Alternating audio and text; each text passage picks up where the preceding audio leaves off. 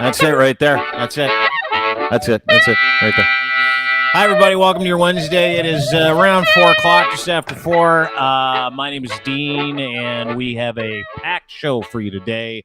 Welcome again back to the program, Mr. Lachlan Cross, 957 Cruise FM in Edmonton. He's a morning show host. Hey, buddy. How you doing? Nice to see you. I'm good. You look like $1 million. Dog's asleep behind you on a little blanket. It's a nice. We went for a long walk, so he's a little tuckered. Yeah, I try to take him for a walk as soon as I get home. Well, then he doesn't act like a tool in the middle of the podcast, right? Like he doesn't bark. He just kind of he's like, not. tired. He's not really a tool. He's a good boy. He's always a good boy. Sleeping. I'm saying he barked the other day. Was sort of toolish in the middle of the podcast. He can be a bit of a dick. He can be. Yeah, that's what I'm saying. You de-dick dogs by taking them for walks. Good for you. You did a great job. That is Ryan Lindley, host of the Linds Report, at Ryan Lindley on Twitter. Nice to see you too, friend. Good to see you too.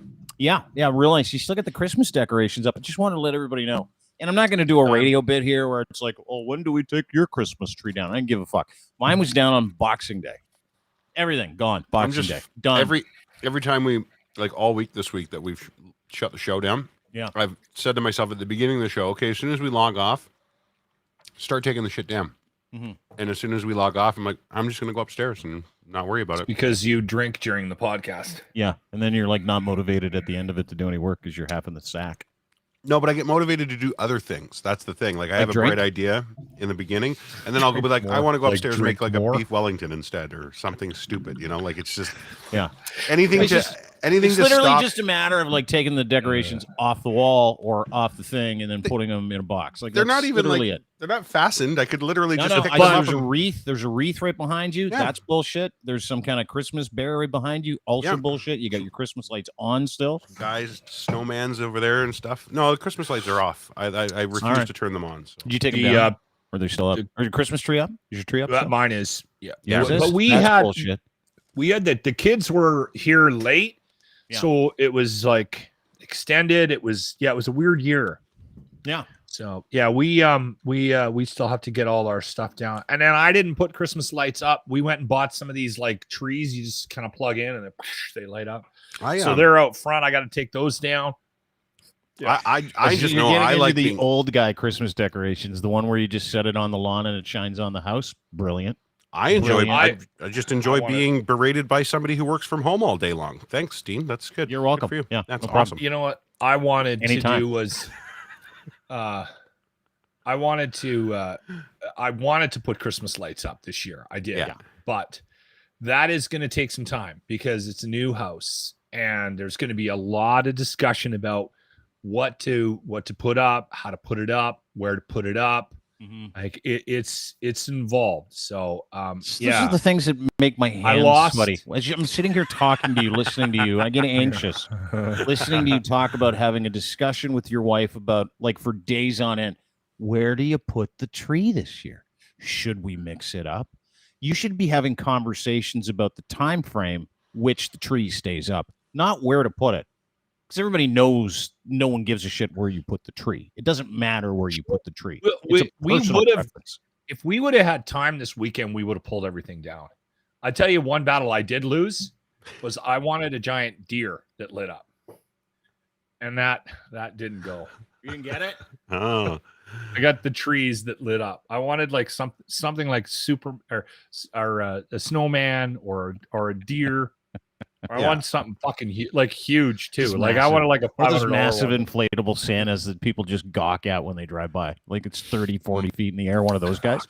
I didn't want one of those. I didn't want the inflatable. You don't want to see that's the thing. You don't want to be. You don't want to decorate your house. You want to be an asshole in the neighborhood when you decorate your house. I get like huge. I live in the suburbia hell, and literally every fucking house on both sides of our street, except for like ours, has those fucking Santas on the front lawn. It's such bullshit. It is. It's just such a cunt because you know what happens is it's like anytime your neighbor paints a door, gets some work done, they're like, your spouse goes, "Hey, what about us? Are we gonna get a new door anytime soon?" It's keeping up with the fucking Christmas Joneses. I can't do it. I never want to do it. Never will do it. It's never been like that. You guys go out and do your Christmas decorations. Not interested, but you should probably pull down the tree. Let's start with a couple updates. Can I give you a Damar Hamlin update? Buffalo Bills Damar Hamlin safety. This is a good news story, ladies and gentlemen. Buffalo Bills put this out about an hour ago. Damar remains in ICU in critical condition. Signs of improvement noted yesterday and overnight. He's expected to remain under intensive care as his healthcare team continues to monitor and treat him. Of course, Damar Hamlin, safety for the Bills, suffered a cardiac arrest after getting hit in the chest tackling T. Higgins the other day, Monday Night Football, Bills, Cincinnati, and rushed to the hospital. Heart stopped a couple of times. More stories are coming out about this. Apparently, not only did the players say they're not playing, the Bills head coach told the Cincinnati Bengals head coach, he goes, I'm leaving. Like during the game, because I'm going to the hospital to be with Damar. So I don't know. For him. Don't know. And then Zach Taylor's like, we'll just tell the league we're not playing. So incredible story. Little stories that are coming out about solidarity and how people are sticking up for the human being who was injured, not just a business, which is fucking phenomenal. But where this really takes off, and Kristen Kimmick from Bills Mafia Babe, she's going to join us on Friday to talk about this, where it really takes off. If you're a Bills fan, if you're a human being, if you want to see the spirit of this incredible society that we live in operate in its entirety the way it's supposed to work, his $2,500 GoFundMe campaign to buy toys for kids at Christmas every year. Yeah, where's that at? Today? $6.566 million. Attaboy. Some of the people who've donated, top donations, really incredible. I've seen a whole bunch of guys. Matt Stafford, the Houston Texans, Russell and Ciara Wilson, Sheets Laundry Club, and of course the owner of the Indianapolis Colts, Jim Irsay, $25,000. But I mean, this has just been such an incredible story. That's awesome. In so many ways. And I think we got to stop and acknowledge the fact that, you know, out of a nightmare can come this outpouring of support for someone none of us know. Yeah. Someone who just plays a game for a living but sacrifices for his teammates, and the solidarity of players in the NFL, because the majority of that money came from players and coaches in the NFL and owners in the NFL. Guys like you and I shoved a couple bucks in there. It's not a big deal, but I do want to remind everybody it's still up. If you go to GoFundMe, you can see the Chasing M's Foundation Community Toy Drive, and you can donate as well. They're saying he's probably going to be in the hospital for a while.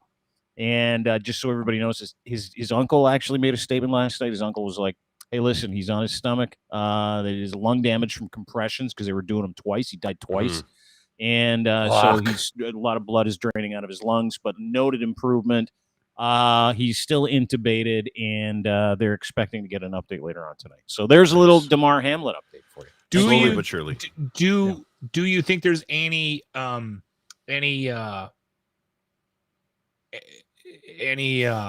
there's rumors that he could breathe on his own, but they're being overly cautious? Yeah, I've heard that. I've heard he's intubated and he can probably breathe on his own, but they're like, they want to take every precaution because his heart stopped twice. Did you ever see the Chris Pronger? Those damage to the lungs is absolutely incredible too. Well, yeah, chest compression for, I believe, a total of 25 or 26 minutes.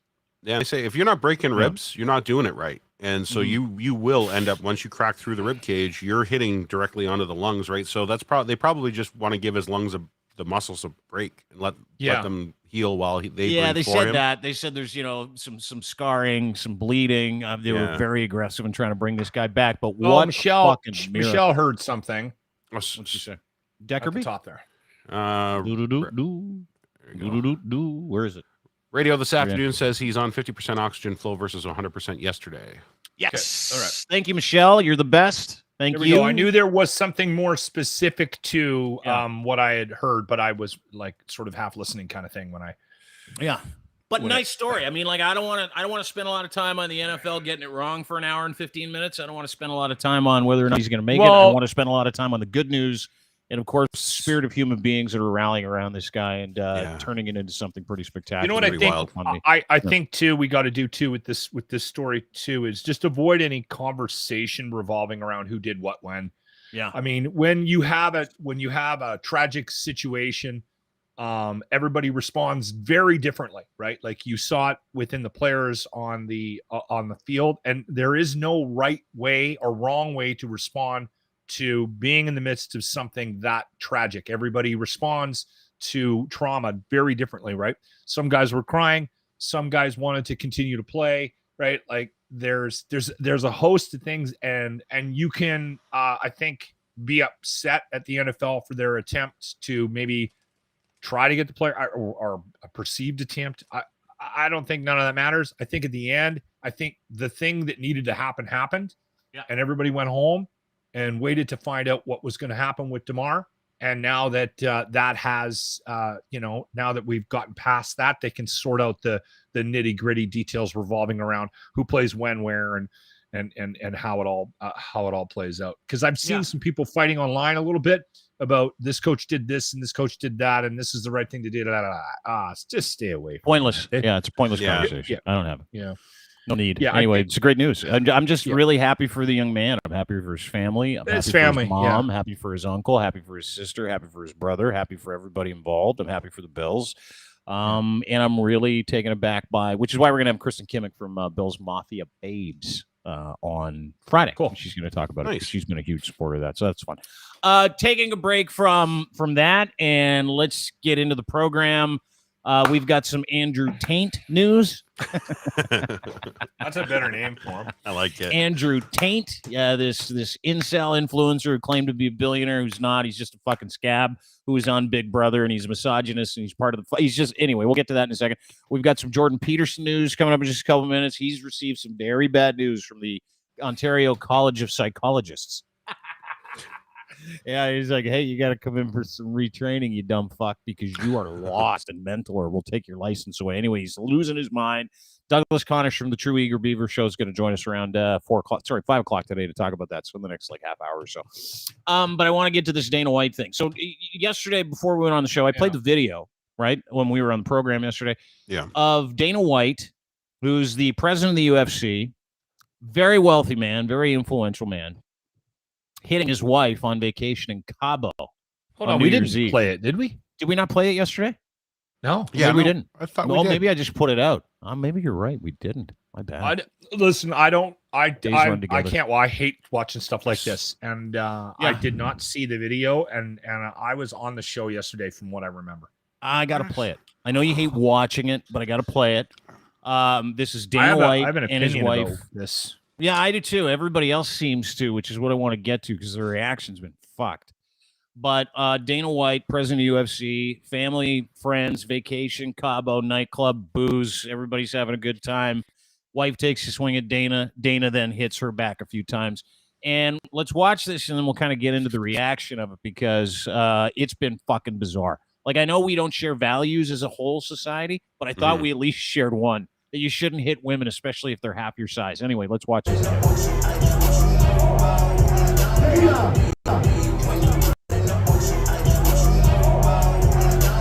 So let me get this. Hang on, I'm trying to get this back to the beginning. Let me get this back to the beginning. You can see them in this nightclub in Cabo, and that's Anna White. That's Dana White. They put out press statements after this. We'll read them to you in just a second. But she hits him first, and then it's on, and Dana hits her several times. But let's watch it. There you go.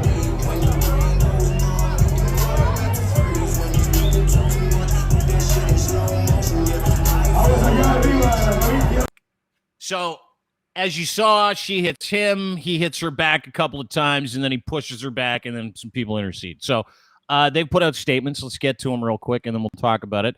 This, I believe, who do you want to get to first? You want to get to Dana? This is Dana's statement. I'm in Cabo, Mexico for the holidays with my family and my wife. I was out on New Year's Eve, and unfortunately, that's what happened. So he admitted to it. He told TMZ, I'm one of the guys you heard me say for years, there's never an excuse for a guy to put his hands on a woman. And now there I am on TMZ talking about it. My wife and I have been married for 30 years. We've known each other since we were 12. We've obviously been through some shit together, and we got 3 kids. This is one of those situations. It's horrible. I'm embarrassed, but it's also one of those situations where we're more concerned about our kids. One of those situations. Like, just generalize it so everybody knows, right? Yeah, no big deal. Fuck. One of those situations where we're more concerned about our kids. We have 3 kids. Obviously, since the video popped up, we've shown the kids the video. We're more focused on our family right now. People are going to have their opinions on this. Most of the people's opinions will be right, especially in my case. You don't put your hands on a woman ever. My wife and I obviously love each other. We've been together for a long time. We've known each other since we were very little, and this is just one of those unfortunate situations. There it is, a third time, Lindsay. Situation, very just a situation. White would go on to say there was, quote, definitely a lot of alcohol, but the alcohol was not an excuse. He also stated that anything said about him was deserved. Anna White also released a statement. This is her statement. Dana and I have been married for 30 years. To say this is out of character for him is an understatement. Nothing like this has ever happened before. Unfortunately, we were both drinking too much on New Year's Eve, and things got out of control on both sides. We talked this through as a family and apologized to each other. I just hope people will respect our privacy for privacy's sake. Isn't that interesting? Isn't that fascinating? So, the reaction has been fucked. We put that video up yesterday. I want you to real quickly, we'll go through a list of replies to this. This is horrible. Okay? These are men. Oh, man, that's worse. That's worse than the video. Yeah. These are men that think because she hit him first, he's allowed to beat the shit out of her. This is at old lady 988-38011. She slapped him first. Interesting. This is Carl Louis Dude. Bro, she literally hit him as well. I think he means as well. Whoever the fuck this idiot is, she hits him, he hits her back. Not a crime, not abuse. You believe this shit? No, I saw it last night. It just drove she me hits fucking him nuts. first. That's why he got right to correct her. Correct her. Yeah, he corrected her. The architect, this guy, she hit him first. This Giovanni dude, you might be the kind of guy you are. You always defend yourself, Giovanni. Oh, by the way, I ate his fucking brain because I went and looked at his profile pic and he had great tits. So I just asked him if those were his tits. Then this guy, you forgot to crop out the part where she hit him first. What is fucking wrong with people? What is wrong with you guys? You know what else they're missing? They're missing him. Did you see right in the beginning? He's holding on. He's restraining her. He's holding her like he's gripped onto her arm, and she's hitting at him to get off. Like, get off me! And he fucking backhanded her one back. Like it was. Yeah. Everybody saw a different fucking video apparently. No, this is the video. Him slapping, holding his wife, holding her, and her trying to get away from him, and him trying to get at her. He was beating his wife. He's beating his wife. Dana White, UFC president, was beating his wife in a Mexican club on New Year's Eve. That's all that is. So if you're going to sit here and reply to these things, or if you have this mind that says, you know what, that looks unfair because she hit him first and then he took it to her. So that's unfair. No. You don't understand. None of you guys understand. She's half the size of him. She abused him too. His responsibility there is to walk away. It's not to hit her. It's not to hit her back several times. It's not to correct her. That is what pussies do.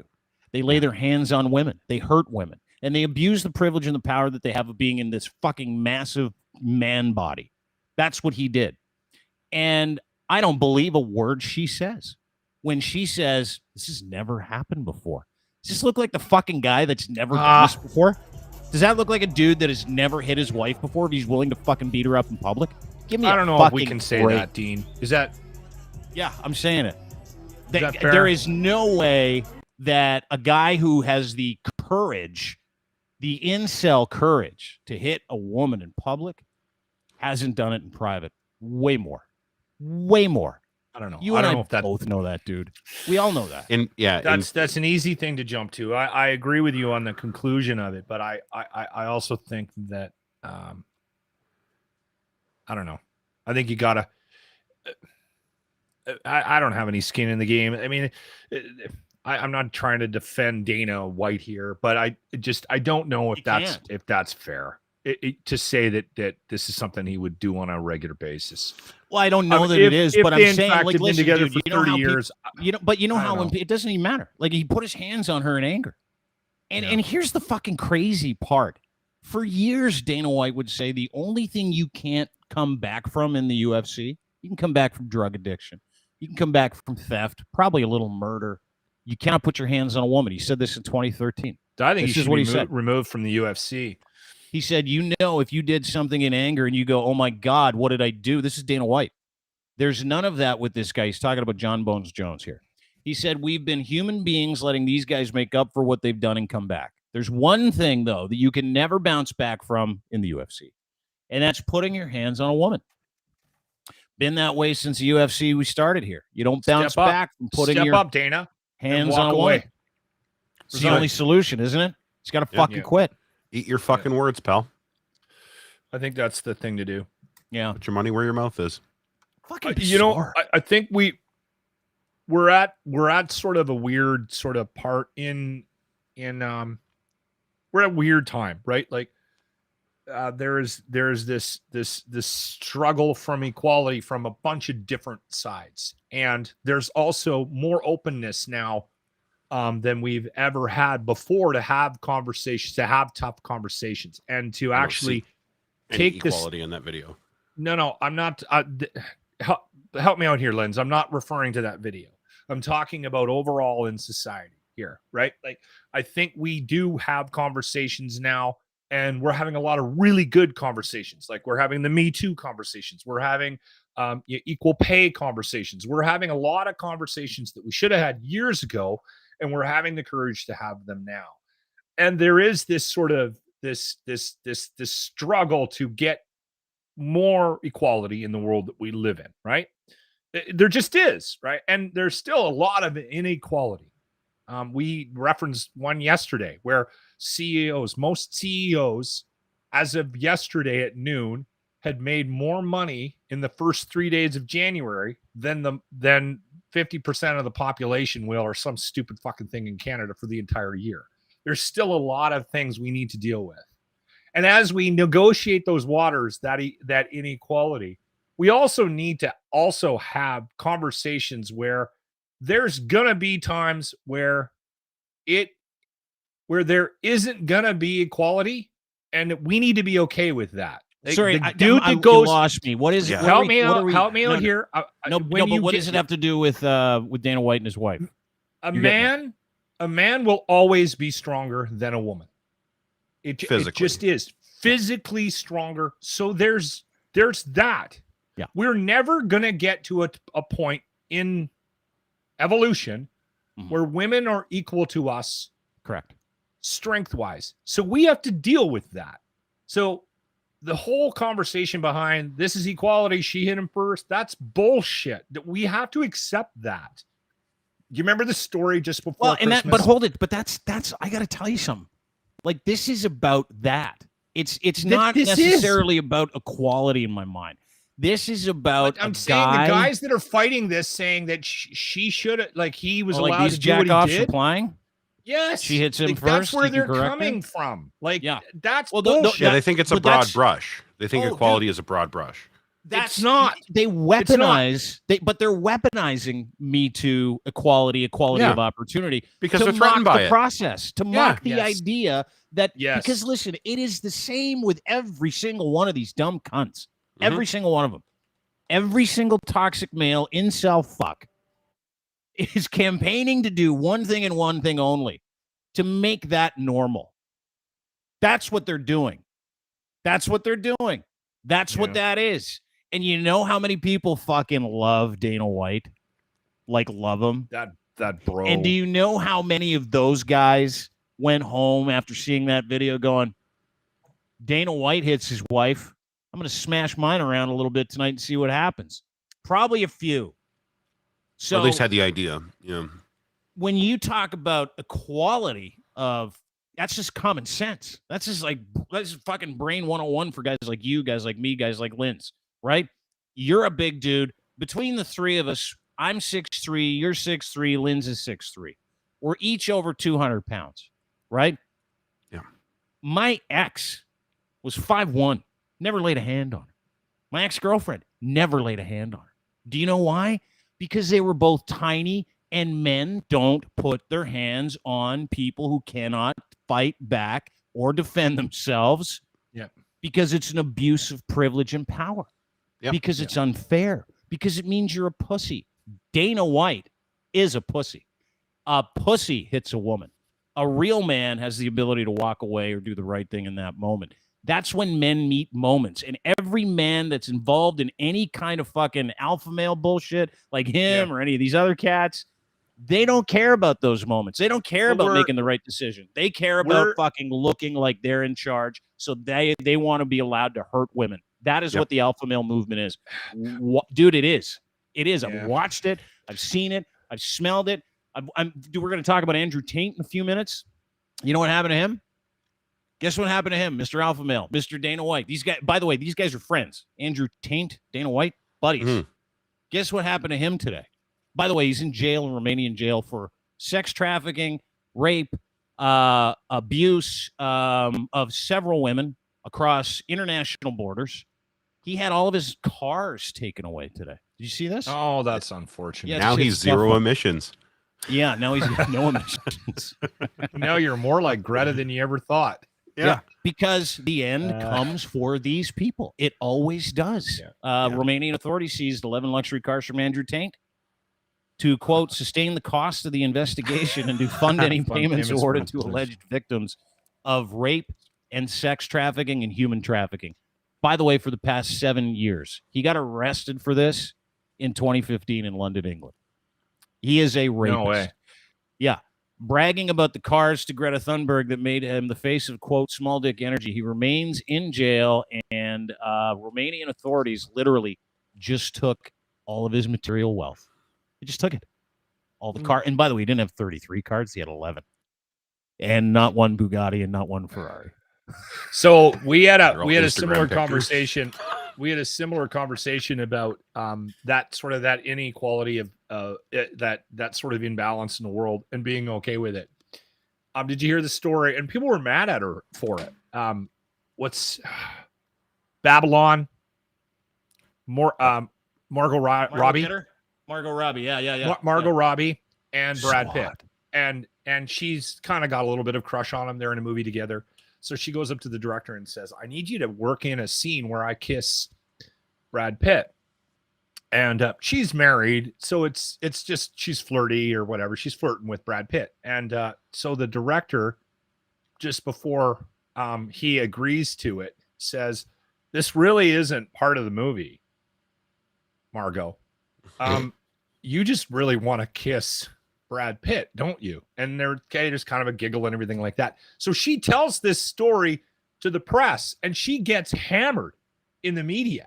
Like, people come after her. Like, you shouldn't be doing that. And we had a conversation about it a week or two ago on the locker room. And I'm like, listen, come on. Let's just go back to where everybody would be okay with that. Okay. And not mad. Right? Because I am okay, right? Yeah. And then we use the example of the front girl, the front desk girl who Jimmy has a crush on.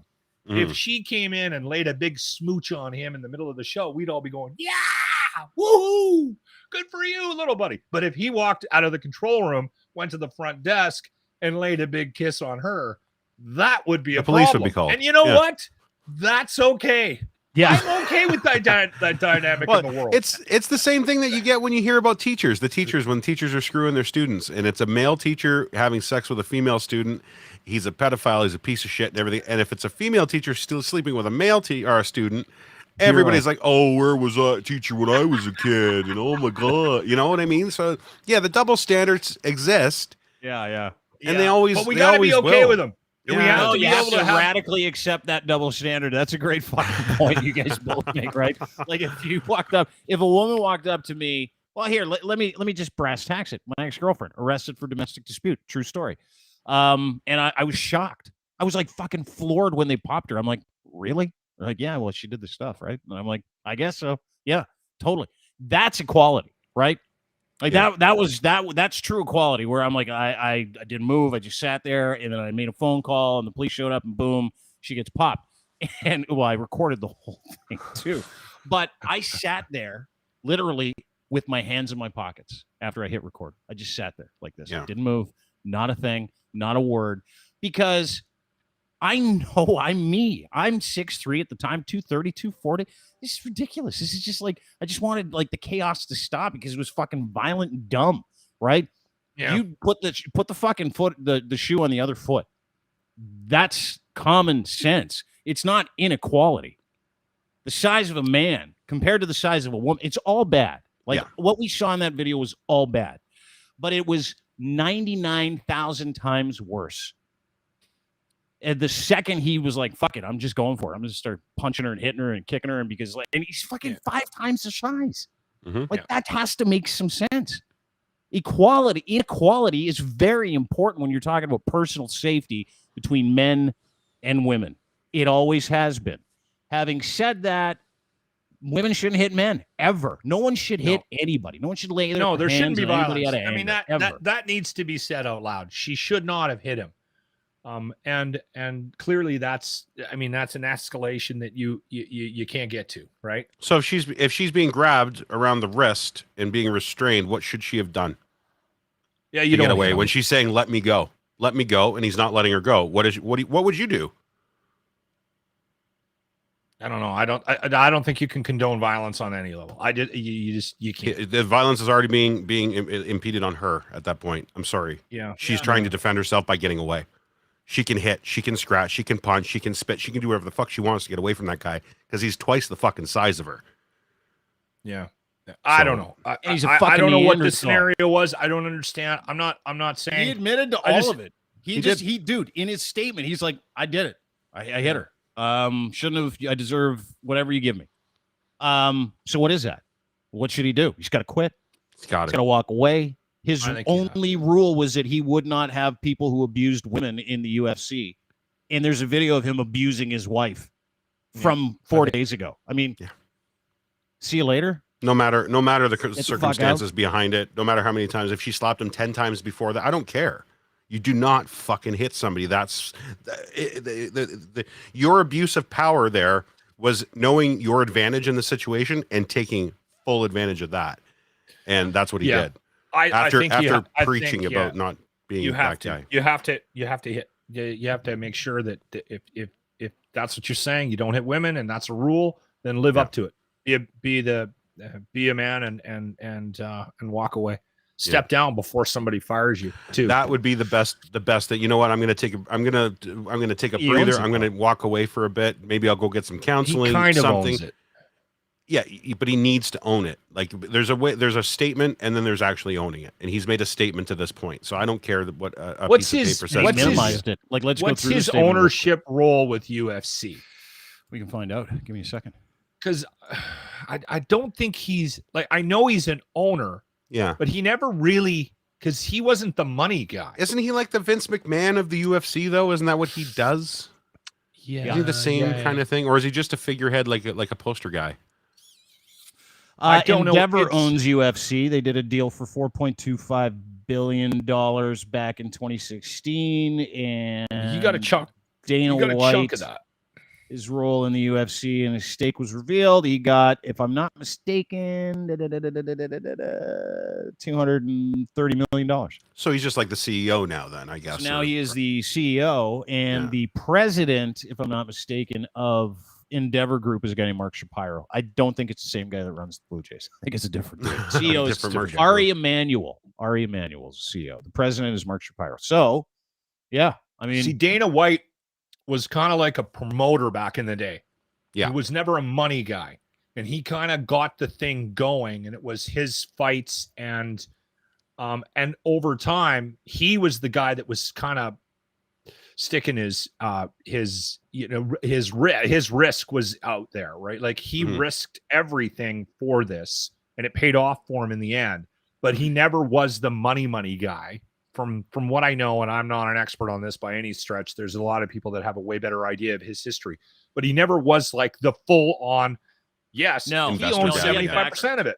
Yeah, he always gave him the money, and they knew that he was an excellent promoter because he is, right, and he turned it into what it is today. And I believe he actually had figured out a way to get it deregulated. Because remember, it was like heavily regulated UFC. You couldn't have it in like certain states, certain countries. Well, and he had to do it in that's a good point. He had to do it to individual states too, right? Yeah. Very successful. Back in the day, they used to have it didn't matter what size you were. You could be 250 pounds and you could be 150 pounds, and they'd throw you in the ring, right? Like there was no structure to it. Well, that was like, because the first one I saw UFC, I think 1 or 2, it was like this guy Hoist Gracie, who was like, 5'9", 180 pounds, fighting a guy named Dan the Beast Severin, who was like 6'5", 280.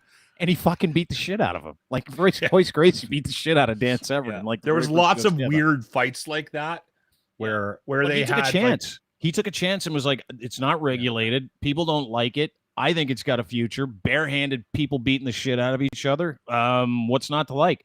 And he is the reason UFC is what it is today, but he's also no longer the owner, even though he's incredibly wealthy. I'd love to see he's not him an owner. pumped. No, not anymore. I think he's got a small minority stake, him and Joe Rogan, because Joe Rogan put money into generally when they started the whole thing after it was deregulated, or they started down that path. But fucking wild. Birds I'd like to see fucking Joe Rogan defend this. I can't wait. It's going to happen. Anything? No, I'm sure it's coming. It's coming. He might stay away from that. No, you know what he'll do? He'll have him on his show is what he's going to do. That's the Joe Rogan route for this. And he'll try to get him to explain it away in a 3-hour podcast. That's what's going to happen here. I can see it already. Pretty short. He doesn't want to have him in the whole 3.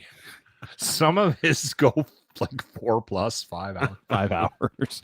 Well, he's stoned out of his fucking mind, right? Like he's always on shrooms or fucking pot, which is great. I have no issue with it. I still listen to Joe, but I've got to be dragged in for a guest, for a specific guest. Mm-hmm. Yeah. I still Joe. He hasn't said anything. He hasn't said anything, by the way. For the format. Not yet. Dana White get fired. Dana White has not been fired. Endeavor shares Dana White may lose his job this week. That's what I'm reading. And Joe Rogan has mysteriously not said a word. But I agree with you, Linz. Like, if anything's going to happen here, he and Joe Rogan and Dana White are no longer friends, by the way. Like, no longer tight. Joe Rogan in September, he's like, fuck, I'm out. I'm not working for UFC anymore. You can go fuck yourself. And I don't even know what the deal was. I didn't know about this. Yeah, apparently. But then they were helping each other during COVID with the fucking cocktail of weirdness. Remember that? Like ivermectin and all that stuff and antibodies and all this. And apparently had some kind of falling out in September. My understanding, I could be wrong, but that's what that is. So maybe that's why he hasn't said anything. But like how to your point, quick to fucking spread misinformation, but now it's crickets when somebody that he knows is beating his wife. Oh, it touches him.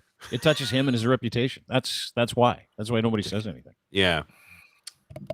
Just fucking stupid is what it is. It's crazy. It's, you know what? It's true colors, eh? And it's all led back to people getting too drunk and being fucking idiots, and it irks me when I see anything like that. I don't care what the reason is. I don't care if she's a raging bitch. I don't care. I don't care if she's a psycho. I don't care if she was squawking and embarrassing them in a club. I don't care. You just don't do that. Leave. You leave. Just walk out. Exactly. Leave. Smile. Put your coat on and go enjoy your evening elsewhere. Yeah. Remove yourself. Do you know how many times I've done that in my life where I'm like, I got to go for a walk. Yeah. I got to go for a walk. I got to go for a drive. Yep. Leave. Remove yourself from the situation. Like this. You have total control. Simple. Yes, you do. You do. And if they keep coming, call the police. That's all you got to do. Like, that's fucking all you got to do. But he wouldn't do it. Anyway, it's fascinating. Ego and alcohol. I think it's also worth saying, too, that regardless of what your gender is, you should try to avoid crazy as much as you possibly can. You'll get signs of it. There'll be moments in your life where you'll get a little glimpse of crazy, right? That's true. Don't ignore it. Take stock of it. Realize what it is for what it is. Yeah. And if you think it might escalate past a certain point, then maybe it's best that you cut ties with that said individual. And you know what? Great advice. It's okay. It's okay to block crazy. It's okay to avoid crazy. It keeps you more sane. Yeah. And at the end of the day, inputs. Yeah. At the end of the day, it's all about you. Yeah, you control everything. You control everything about your existence. As much as you don't think you do, everything is under your control.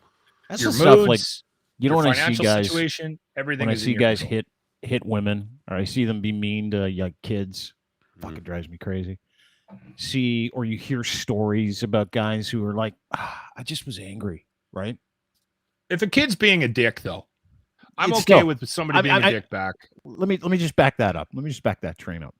Yeah. It is physically impossible for me to hurt someone I say I love. Not possible. Can't do it. I cannot do it. Right? And if you can, I would suggest to you have a major fucking psychopathy. Major. Or you have a drinking problem, or you're an idiot, or you're not educated, or all of those things. If your frustration is your own put problem. Your hands on somebody in an abuse of power situation, yeah, out of emotion or anger, I would highly suggest it is you that needs to go to a psychiatrist and sit down and go, help me figure this out. Because I am enormously unhappy to the point where I cannot manage conflict at all. Mix in a little booze. Ta-da! Yeah, go ahead. I'll present a scenario. And this actually happened to me. This was about 5 years ago. There was a kid, and it was on, if you're familiar with Edmonton, it's on 124th Street, which is a fairly busy street here in Edmonton. It's fairly central. And I was on my way down. I was going south on 124th, and I noticed this kid riding on the opposite side of the road to me. So my left-hand side, my driver's side. And he was biking. And I was like, what's he doing? He hopped the curb and went in the lane beside me and started driving his bicycle right at, he's 15, maybe 16, right at the cars. And he's like playing chicken with the cars. And of course they're stopping. And so I watch him do this once, and then he flips. The one car just stops, and she's like, what's going on? Then he goes around, and I slowed down, caught up beside him, and he flipped out onto the street again and did it again. And I'm like, you little fucker. So I drove right up beside him. I rolled my window down, and I started yelling at him. And he started beaking me back. And so we get up to the stoplight. Did you have that crazy old man anger? He started calling me old man, small dick, all this, right? And so I legitimately wanted to protect your dick's perception. I thought to myself, I'm going to go teach this little fucker a lesson. Yeah. So I got out of my car. And I started walking towards him. You stupid idiot.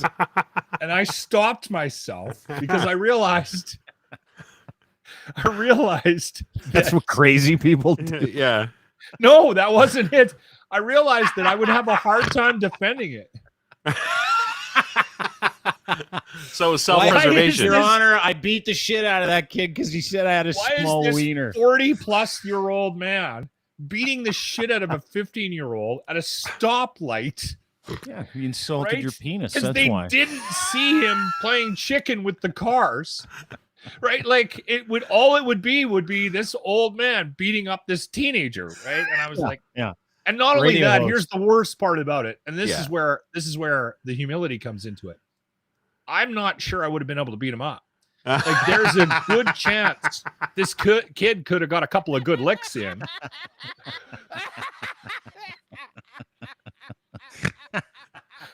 And then that's even more embarrassing. Right?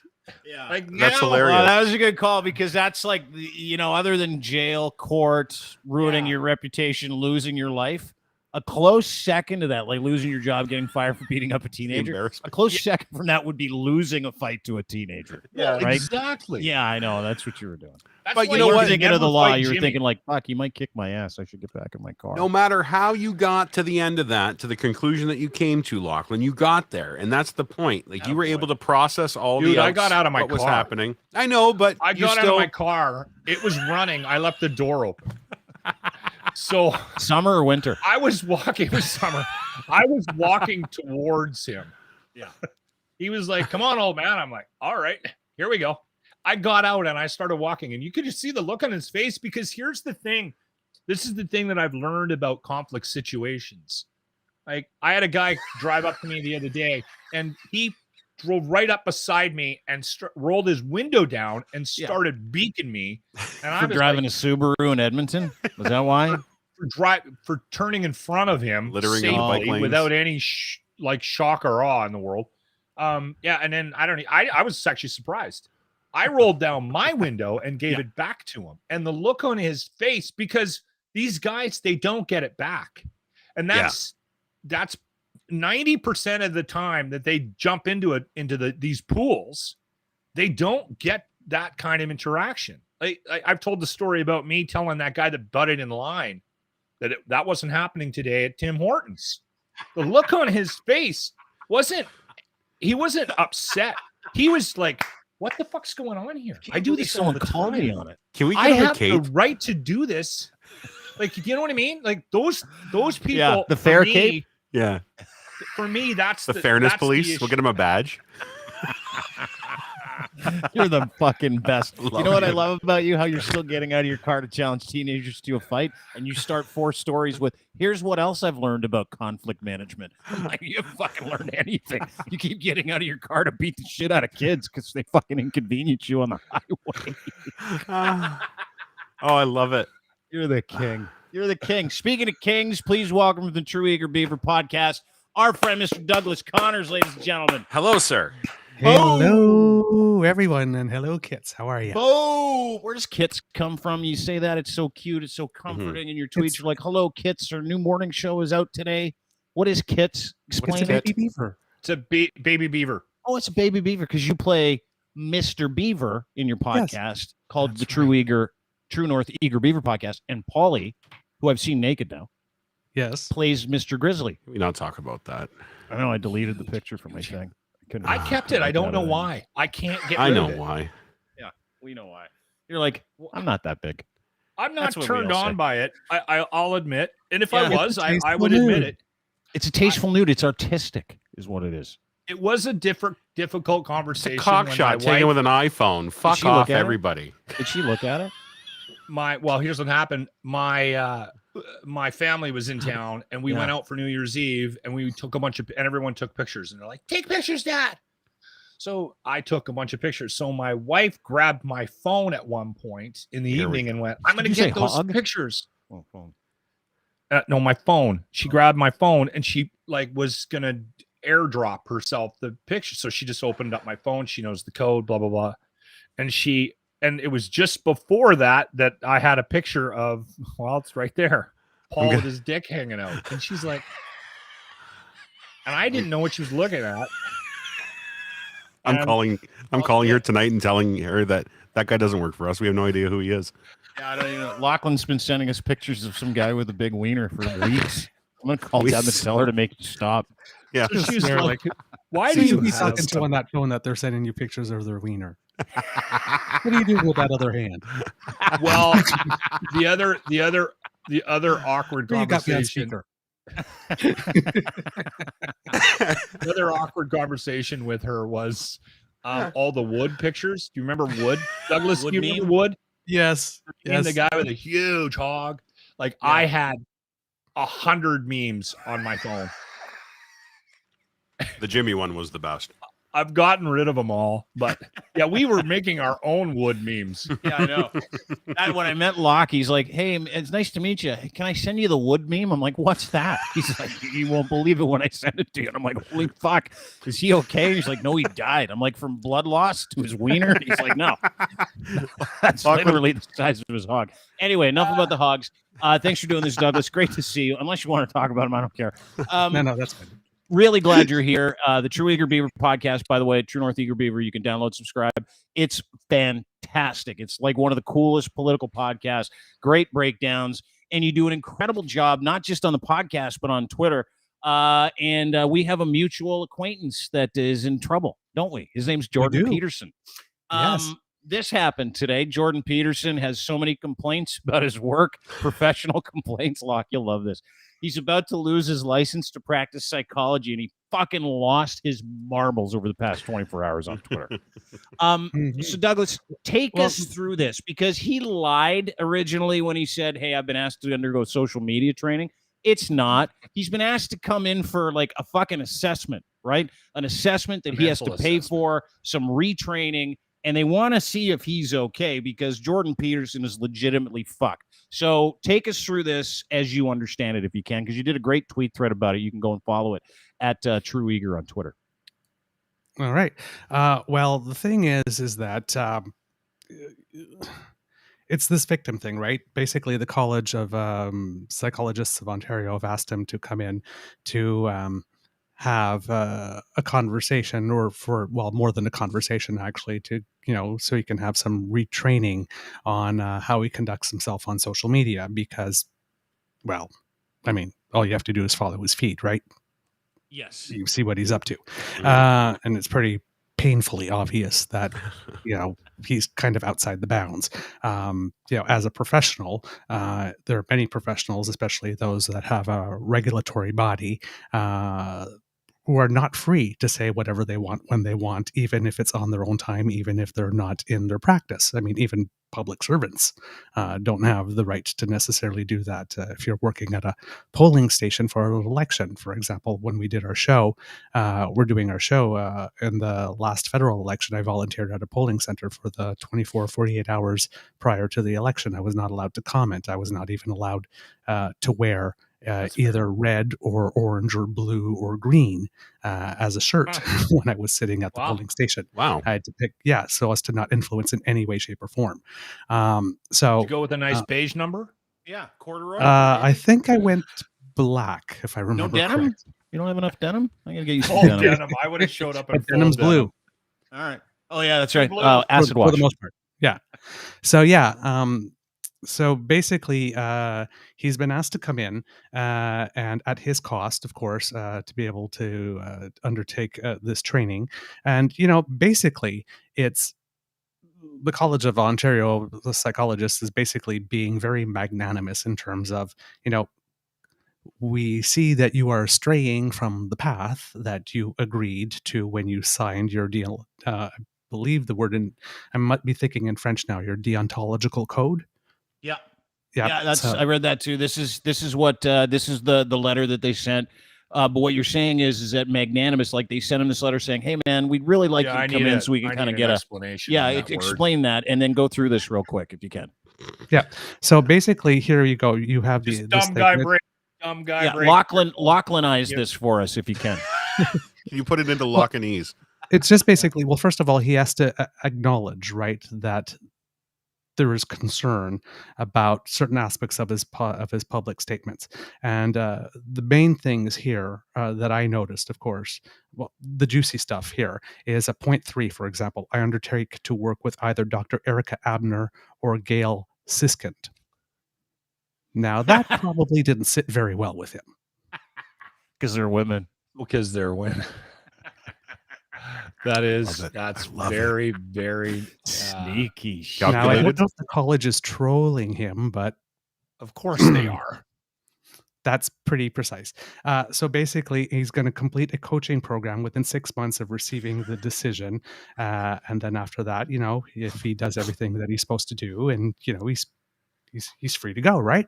But keep his license. Like he'll be able to keep his license. Yeah, keep his license, whatnot. But if he doesn't do this, and if he keeps on, on the same path that he is, well, then he'll face a disciplinary hearing, which could result in the revocation of his license to practice. So it's not this thing where you come in and we're risking to take away your license right away. We're giving you an opportunity to show that you are willing. You're not to do crazy. Right. Yeah. And to show that you're not crazy, and to show that you're not irresponsible with your license. Because you have to understand, when you're a psychologist, and when you're counseling, right, you're in a position of power with another person. You're controlling another person's extreme power, because they're usually there because they're incredibly confused. So the chances of them taking your advice are like fucking tenfold. Right. Yeah. Right. Like this. And you're supposed to be there in the best interest of the client, not in the best interest of yourself for your self-promotion. Mm-hmm. Now, basically, Jordan Peterson says in a whole bunch of slew of articles that have appeared, well, there are a whole slew of articles that have appeared, right? That thing that we keep on saying, like the National Post publishes something, and then the Post Millennial picks it up and somebody else picks it up. Yeah. Well, basically, he's been saying all over on his Twitter feed that, he's being sent essentially to a re-education camp, and, that these professional organizations are used to silence people, and they're all woke, and, you would never believe how awful, these people are, and all that kind of stuff. But all these articles that are appearing in all these papers are all Jordan Peterson says, with no investigation whatsoever of the claims of what he says, right? Toronto Sun, National Post, True North, Rebel, Post Millennial, Daily Wire. They're all connected. Wall Street Journal.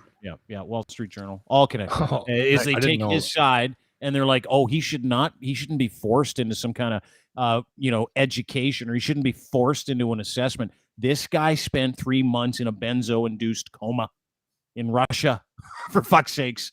This guy has never written a peer-reviewed paper ever. There's not one that exists in the annals of psychology in this fucking world. Never once. That is how you literally become a working psychologist. He's never done it once. Not once. Okay. Yeah, but he's a member of the board.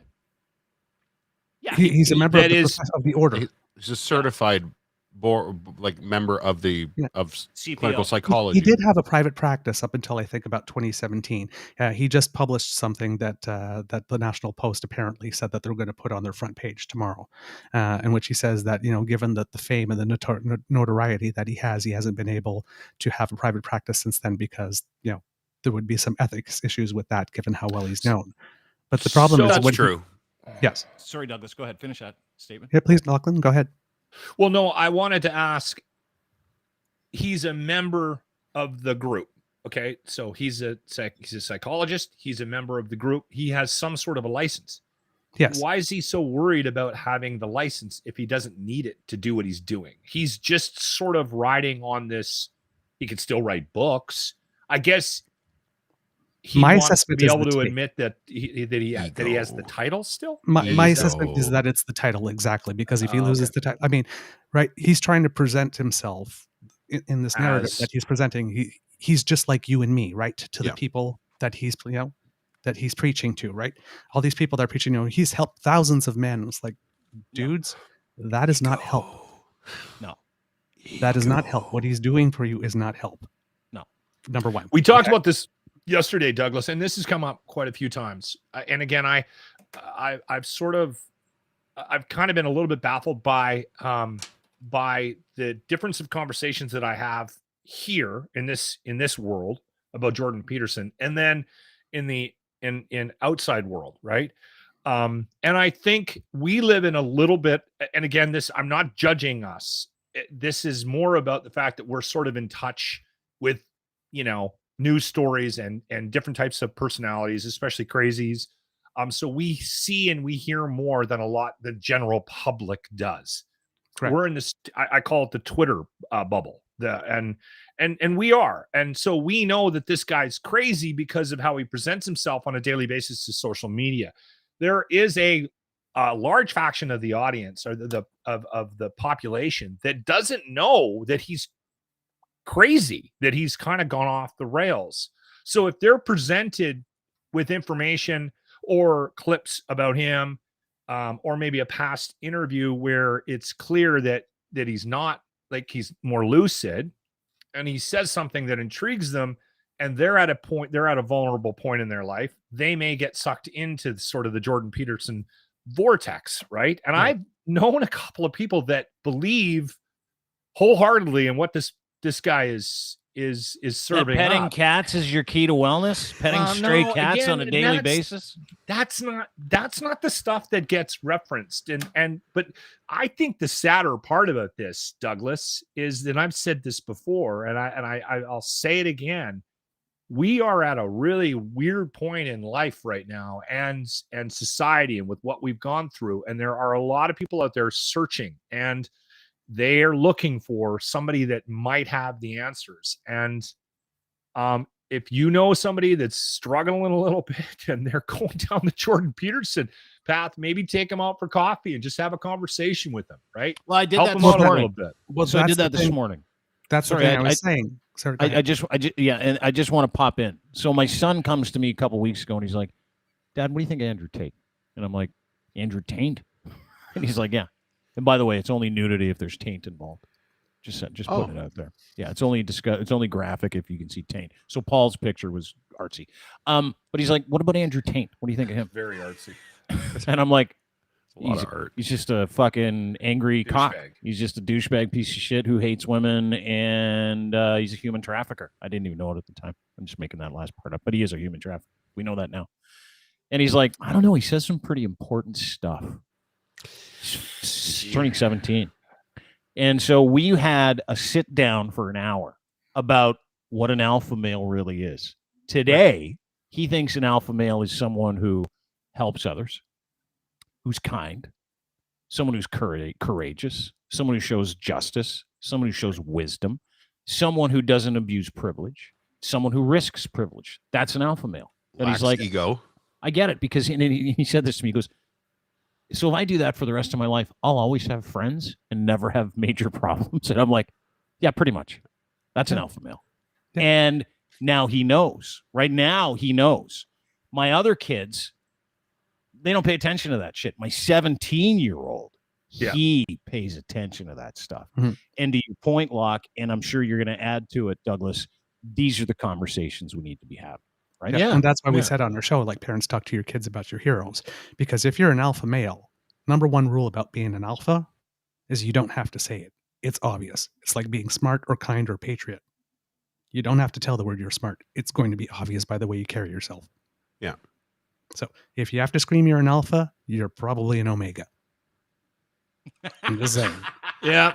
That's really smart, Douglas. It's true. Yeah. Well, it's the same thing as guys with big hammers. We don't walk around talking about them. We just know we have them. Well, I do. Well, I know you do, but you're different that way. You're wired for speed, dude. I get that. If it was true, that yoga conversation would have went very differently yesterday, Lachlan. I'm sorry. Okay, so Douglas, now he as Jordan Peterson told the Ontario College of Psychologists that he's like, I'm not partaking in this because I've seen tweets where he's like, I'm totally going to do this. And then I've seen tweets where he's like, I'm not going to cooperate. Like this guy says, you should go to the classes, then release the details of the class and what they're teaching to the public. Hell, you can even record the content refuting material in the classes. He's like, if it becomes necessary, I will do exactly this. Everything will be made public. But here's the catch. He's been yammering about like trying to fuck over the whole process. But in the letter he got from the Ontario College of Psychologists, Dave Fisman actually pointed this out. He's like, that is not going to help you, dude. Like they said to him, this needs to be private for your patients. This needs to be private for your practice. And if you talk about this, it's in the actual letter. If you go off and you start mocking the process, you're in trouble. That's all he's done for the past 2 days. Dude's all over the place, right? Somebody asked him, can you share this? And says, I can't share it because confidentiality. And then later on, a couple of hours later, said, will you share it? And said, yeah, I'll post it tomorrow. And then he did post the letter. I guess. Yeah. And somewhere along the way, he said, well, if I get the permission of the College of Psychologists, I'll post the letter. And I don't know if he got the permission of the College of Psychologists. I asked him. I don't know if he got it. He didn't answer that. The other, and he's is this where you asked him here? Because he actually responded to you today, didn't he? That's all he did. Yeah. At one point, like this, just a couple of minutes ago, not too long ago, right? 4:45 p.m. It's 5:14 right now. What was this response to? I've been basically subtweeting him, and I've got a couple of times responding for the past day and a half. And it's sort of like, and all he did was put that up. So basically what that is putting my thing up so all of his fans can find me and start harassing me online, right? And that's why I put it online. Thanks for the promotion and publicity, because all your fans are going to find me online. Well, I've got a mute and a block button, so that's fine. But all the people who are on your Twitter feed posting against you now know where to find me. So thanks for the plug, Bob. That's kind of it.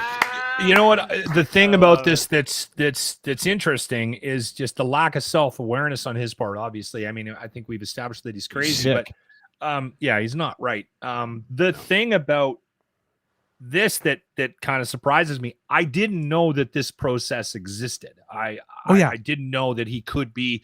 Every board has that.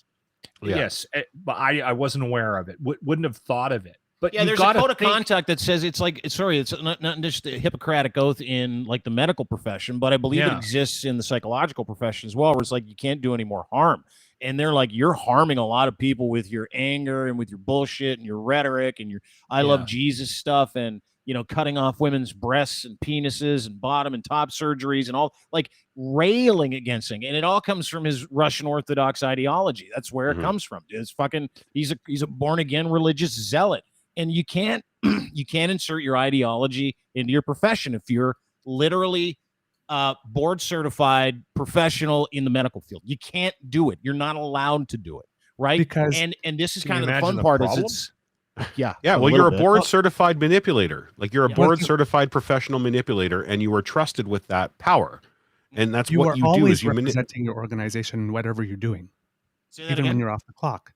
Yeah, you're always representing your organization. It's like a public servant. If I'm working for the government, if I'm working for the government of Canada, and let's say I'm working on an Indigenous file, if I'm on Twitter and I'm commenting, and let's say I'm either pro or against, but let's say I'm saying against government policy while I'm working in the department, that's something I should not be doing. I should quit my job or ask to be reassigned somewhere else and then comment. The point I wanted to make, though, is they kind of gave him a lot of rope. Oh, they gave him tons of rope. We've been talking about how crazy he is and that he's off the rails for months. This should have been done long ago. This is what I'm saying, is they've given them all this rope, and now they're not saying, okay, buddy, you're done. We're taking away your license. Come in. They're still giving him due process. Guide you on the path, right, to like this. Now, he's choosing to interpret this as being sent to a re-education camp. At first, a concentration camp, that's how he likened it. Yeah, and then his tweets started change, media retraining, and then his tweets somewhere along the way started change into re-education, to which some of the people started buying in. There's one one podcaster or whatnot. That's the one exactly that started. If you look at the couple of first minutes on that, they actually have like a scene, I think, from the movie 1984, into which they spliced Jordan Peterson in. Yeah.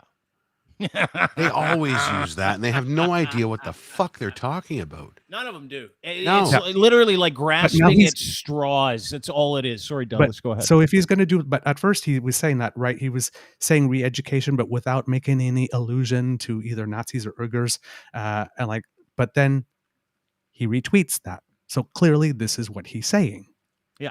Right. This is what he's saying. Camp. Yeah. Yeah. So now most normal people, Douglas, if I'm not mistaken, normal people, when they step out of line, according to the organization that they are a part of, most normal people would be part of a process where they're like, okay, explain it to me so I can be better at my job, so I can be more effective at what I do.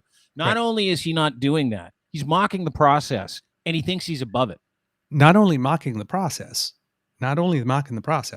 but completely avoiding to take the off-ramp, setting himself up to go fast forward immediately to the disciplinary hearing, right? Which he can market as a victim. That's right. To raise money, saying that he's going to make everything public that he can, but he's completely impotent in this. This is not his decision to make about what gets public or whatnot. It belongs to the board doing it. You might not even make it to the process, right? Like at this point, I mean, if I think they have to do it for the process anyway. The board is going to do everything without by him the letter. there. Can they do it without him there? Can they go over in absentia? Yeah, possibly. I would imagine if it's egregious enough that any board is like that, right? I would assume so, that there's a process for that. Sorry, back to what Locke was saying about, like, why did it take so long to get to this point? I think it's got something to do with systemically. We haven't really seen anybody like this in the past on the scale that Jordan Peterson is. And he started abusing to dismantle, that privilege. And he started to dismantle himself, and the board was able to recognize, okay, his tenure was stripped from the university. He's no longer a professor there. He's coming apart that way. Maybe he'll realize what he's doing and course correct on his own. They've given him enough rope. You're right. It was a lot of rope, but I think everybody should be given enough rope just in case. It could just be a blip. It could be whatever. He's gone past that point. Yeah, he's gone past that point, right? So yeah. I agree with you. And this is pretty common that boards will give people a lot anxiety? of rope. Pardon? Sorry, I'm taking us back a bit here, Douglas. Yeah, what are benzos for? Is it depression and anxiety? Yeah, to calm you down, to calm your nervous system. It's a downer. Yeah. It's massive downer. Okay. Benzodiazepine. And he was eating them like fucking Skittles. But is it like Xanax? It's exactly what it is. It's Xanax. Okay, it's Ativan. Yeah, barbiturates. That's what they are. Yeah. Sorry, Douglas, you wanted to continue. I apologize. Now, in the letter, there are other things that says, for example, point 12 on the letter, if the coach provides any unfavorable information about my practice, the registrar may proceed to investigate new concerns arising. That's probably going to happen. I'm going to call that now. Okay, we know this guy. Point 13. I'm fully responsible for any and all costs associated with the satisfaction of terms of this acknowledgement and undertaking. He's probably objecting to that, of course. Because I mean, cheap. This is an audit. Cheap usually goes hand in hand with the types of behaviors. that you're putting there, I guess. And then point number 23, I'm aware that if I do not comply with the terms set out in this acknowledgement and undertaking, this may result in an allegation of professional misconduct, and the college may take disciplinary action in this regard. Well, he just wants to go to that point. So he's already said that he's not complying. He said that he sent a formal letter saying that he's formally rejected that. He posted the letter he received, but did not post him informing the college that he would not participate. And even if he had posted it publicly, wouldn't mean that he actually sent it. Number two. Lying. And then he also said that he's going to file a constitutional challenge. The Supreme Court has already ruled long ago that professional boards have sole discretion in that, and that's out of the hands of the courts, unless the professional board really does something egregious. And in this letter, this article that he is going to have published on the National Post, he put an open letter that he sent to Prime Minister Trudeau about this. He can't do anything about this. This is all provincial responsibility, first of all, and then it's the board. I mean, what's the Prime Minister? He probably thinks he deserves an audience with Justin, right? King Charles, look out! Your phone will be ringing soon. Okay, so does this not everything you've just said about him in this process of being somewhat accountable for not being a very good psychologist or not a real one at all?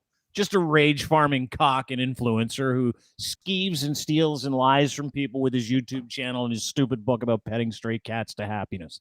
So let's put that right here. Is he the biggest pussy on the planet?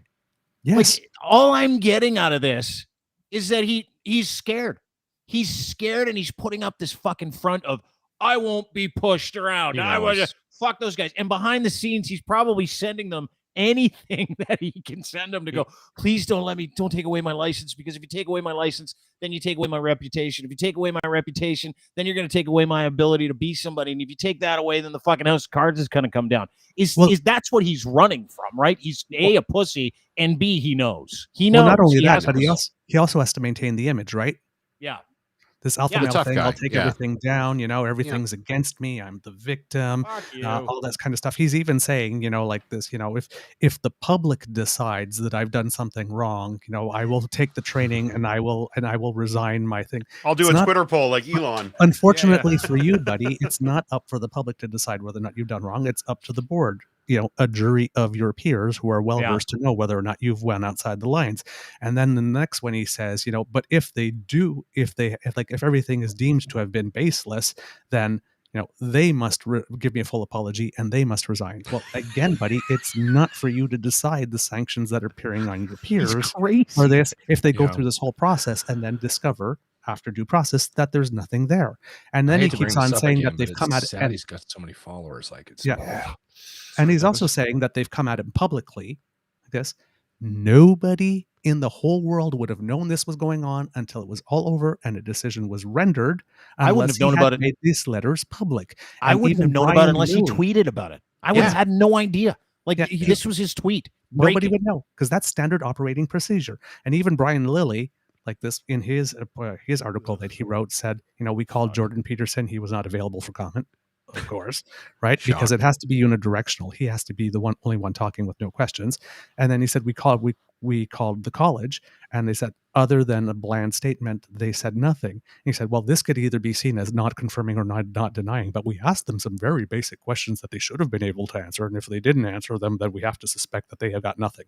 No, they're following it to the letter. They will say nothing, yes or no. They will say nothing, whether it helps them, whether it hinders them. They will say absolutely nothing, because this is a private process. It always is a private process. You know what? And it amazes me because confidential as standard operating procedure. And it has been for 100 years. Always no one has ever gone outside that. This is not a new thing. No. Well, and what ends up happening is, but hang on. Somehow he's put himself above that. Like somehow he's imagined himself to be this fucking, I've been sent here from God because my wife, who looks like Dracula, has told me that I'm here on a mission from the Christ to save young men. And so he literally, dude, and if you know anything about the born again Orthodox Christianity that he's this fucking loser's involved in, he doesn't give a fuck about institutions. He doesn't. He doesn't care about institutions anymore. He doesn't care about you. He doesn't care about his clients. He doesn't care about common sense. The only thing he cares about is this mission he's on then from the walk Lord. away. That's then walk it. away. Walk And away. It doesn't matter. He won't because he's fucked in the head. Because he's an egomaniac. But I think what's happening is I think he's enjoying the victimhood of it, right? Like I think that's all part he's of got. What but that's where he makes his money. With from other victims, right? He paints himself as the victim, and then he says, "Come with me, support me, so we can fight all the people that make us victims." Well, it's you dumb fuck. I think you said something at the very beginning of this, Douglas, that sort of will deflate any of the arguments that the group that supports him might have. Is anybody that has a public persona, anybody at all, even if you don't have a public persona, if you have any job where they might be concerned about how you are perceived outside of the job that you do, there are parameters around how you act when you're at home. There just is, right? Like right. If you know somebody that works for the government, there's lots of things that you can and can't say and do. And if you put out a nasty tweet and you work for, I don't know, CRA, you're going to get hauled into a meeting. You can't have a criminal record in some of these public servant jobs. If you had 15 speeding tickets and you get charged with reckless driving, you're going to be sitting in an office. There's suspensions possible. There's lots of things that we have to deal with as day-to-day people, not in being accountable. In being accountable for our actions on social media and how we are perceived by the public. We're dealing with it in our workplace a little bit with reevaluating how we present ourselves in social media. There's a conversation right now, smaller company, right? Like, should we be looking at what Lachlan tweets, right? But should I be putting a note on my Twitter that said, these are not the opinions of my employer? Am I hurting my employer by the things that I am saying on, you know what? It's a little different. Let me booze in my coffee. Let me take you guys back to Egypt, the year 0. Tuesday. Okay. Come with me on a journey. Egypt, I'm a big fan of history, learn from it, speaking to the dead, learning from our mistakes in the past, right? Now there's a reason that priests back in the day, high priests, didn't share their books, their knowledge, their information with peasants. There's a reason for it. And it's the same reason doctors today don't do it. Psychologists don't do it. Same reason mechanics don't teach you how to fix your own fucking car, right? Because it's an industry. It's a business. Is you want to keep people collared. You want to keep them dumb. You want to keep them in your purview. That's what you want to do. And so you tell them, listen, we've got these books. We've got this like understanding that nobody in the world has. We're the gold standard of X. So if you want information, come to us. We'll tell you what to do, but we're not going to show you the details. That's what psychologists are, right? They're the high priests, lawyers, same thing. The high priests of our society, psychologists, doctors, lawyers, etc. They know things that we not only don't and will never know, but they went to school for 20 years to learn it. The abuse of that information that nobody has in the medical or psychological field. This is why we have colleges of physicians, colleges of psychologists, that people in that profession have to be accountable for, is because we don't know any better. A guy like Jordan Peterson could say, hey, listen, go home, drink 2 liters of your own piss. You're going to be fine. Like, that's a problem. That doesn't work. And people are doing it. Oh, and people are doing it because enough people are like, you know what? Fuck big pharma, fuck institutions, fuck everything we've ever learned. We're going to go it alone with guys like Jordan Peterson. And Jordan Peterson's out there literally abusing the privilege of his education and fucking over millions of people, young men specifically. Yeah. Is that, am I kind of on the right track there, Douglas?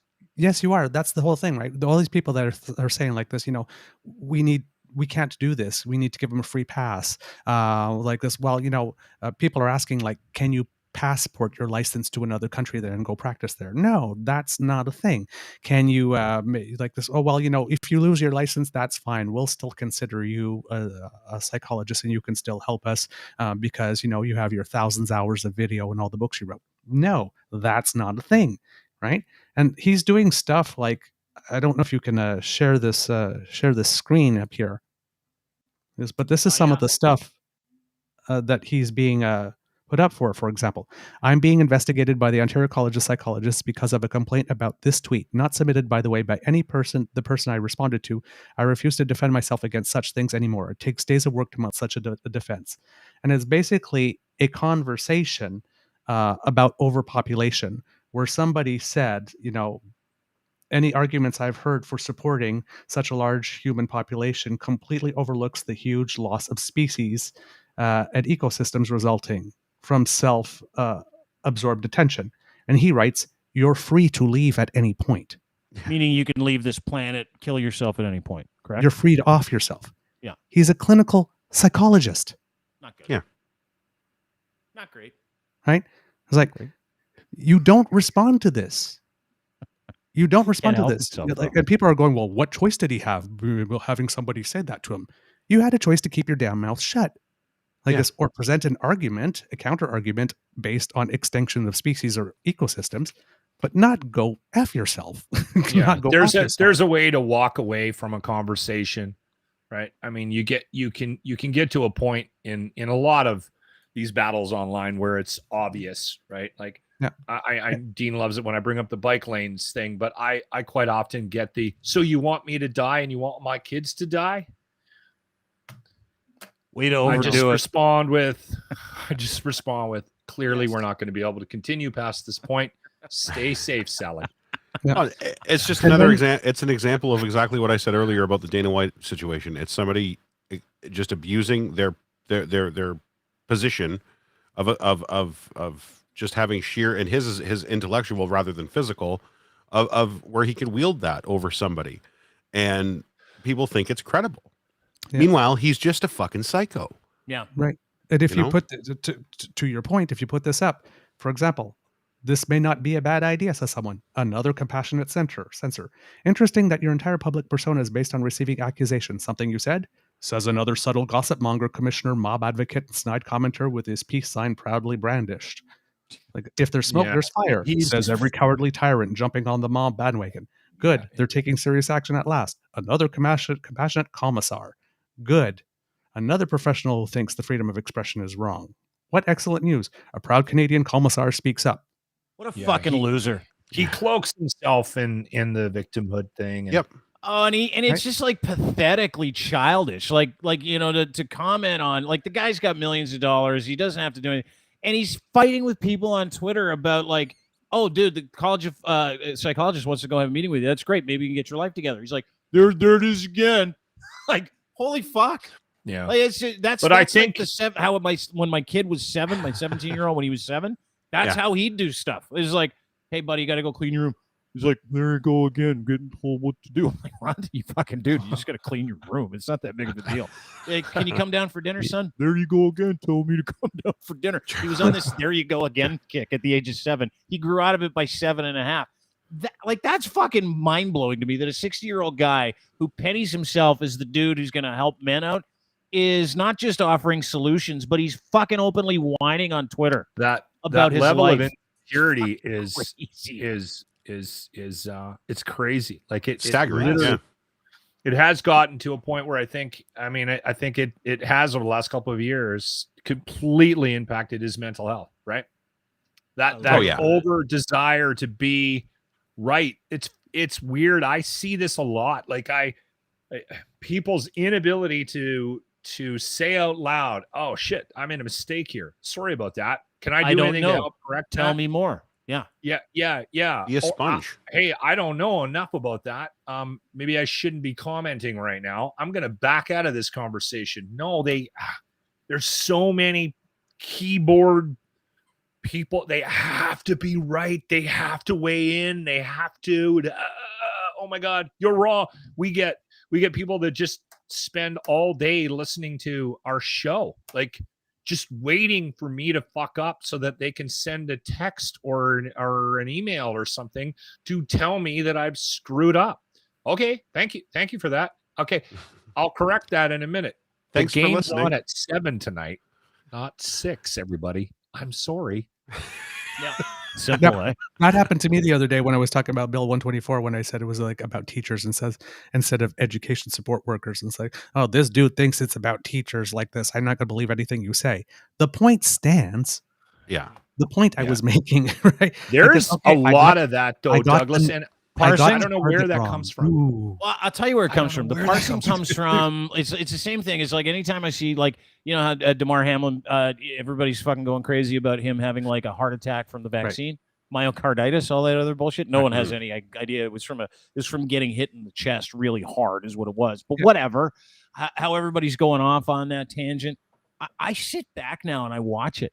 Like because I've got no vested interest in it, right? And from sitting back and watching it, zooming out, you can see the operation itself. You can legitimately see the Jordan Peterson crowd, the Daily Wire crowd, the Ben Shapiro crowd, the Incel crowd, the Andrew Tate crowd. You can all see them pushing the exact same messages, and they have a couple of bellwethers. Jordan's one of them. So you bet your ass the College of Psychologists here in the province of Ontario is like, we need to deal with this guy. And you know what? It's coming for everybody. Like Andrew Tate lost all his cars. He's in a fucking Romanian jail right now. Lost everything. This is what you get when you follow these people. Like Jordan Peterson's going to lose his license. And I think it's hilarious. Like, not only do I think it's funny, I'm enjoying it. So sadly though, all the schadenfreude that's happening around these people, and I call it shit eating season. It is there because it is the wrong way to live. Me first, fuck you. We have new rules. We're not listening to yours.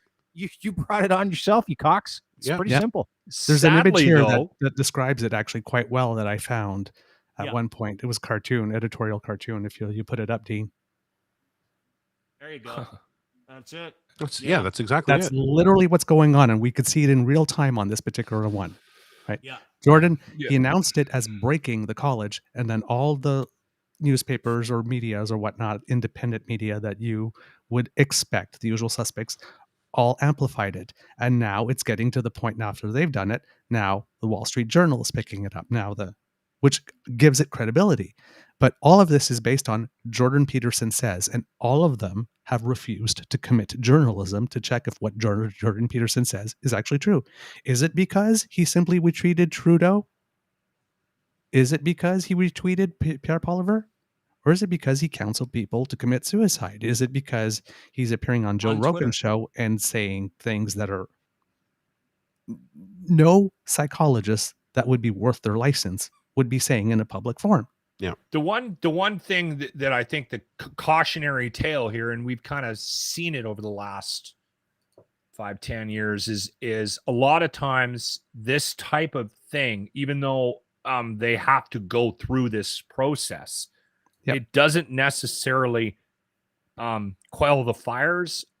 I guess maybe is the best way of describing it. A lot of times this attack from the perceived attack and him presenting it as an attack, and they're trying to re-educate me and brainwash me to their way of thinking, will only just inflame the people that are already there. Yes. And it just, and that's the danger, I think, that we run into when this kind of stuff presents itself. Like, I remember, and listen, again, I don't want to get into this argument again.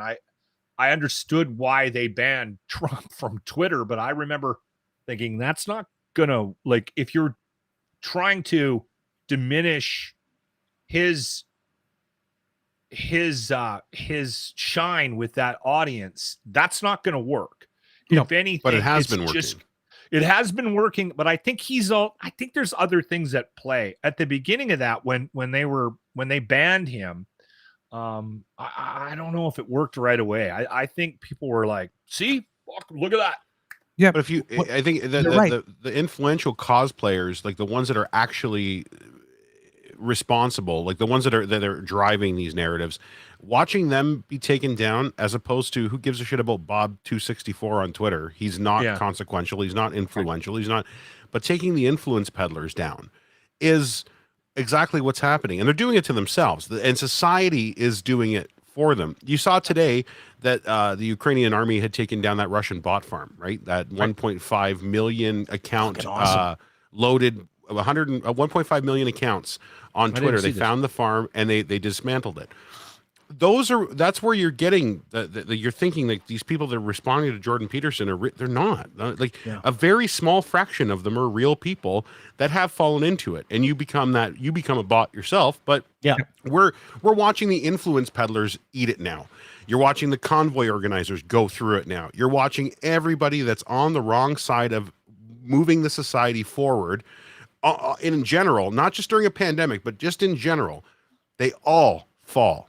Every single one of them. Our society will not allow them to succeed, and that's something that we have to stop giving credit and holding these people up to some sort of weird statuesque position that if we silence them, they're just going to get madder. Who fucking cares? Well, that's the exact thing, right? And this is an argument that's made often all the time, right?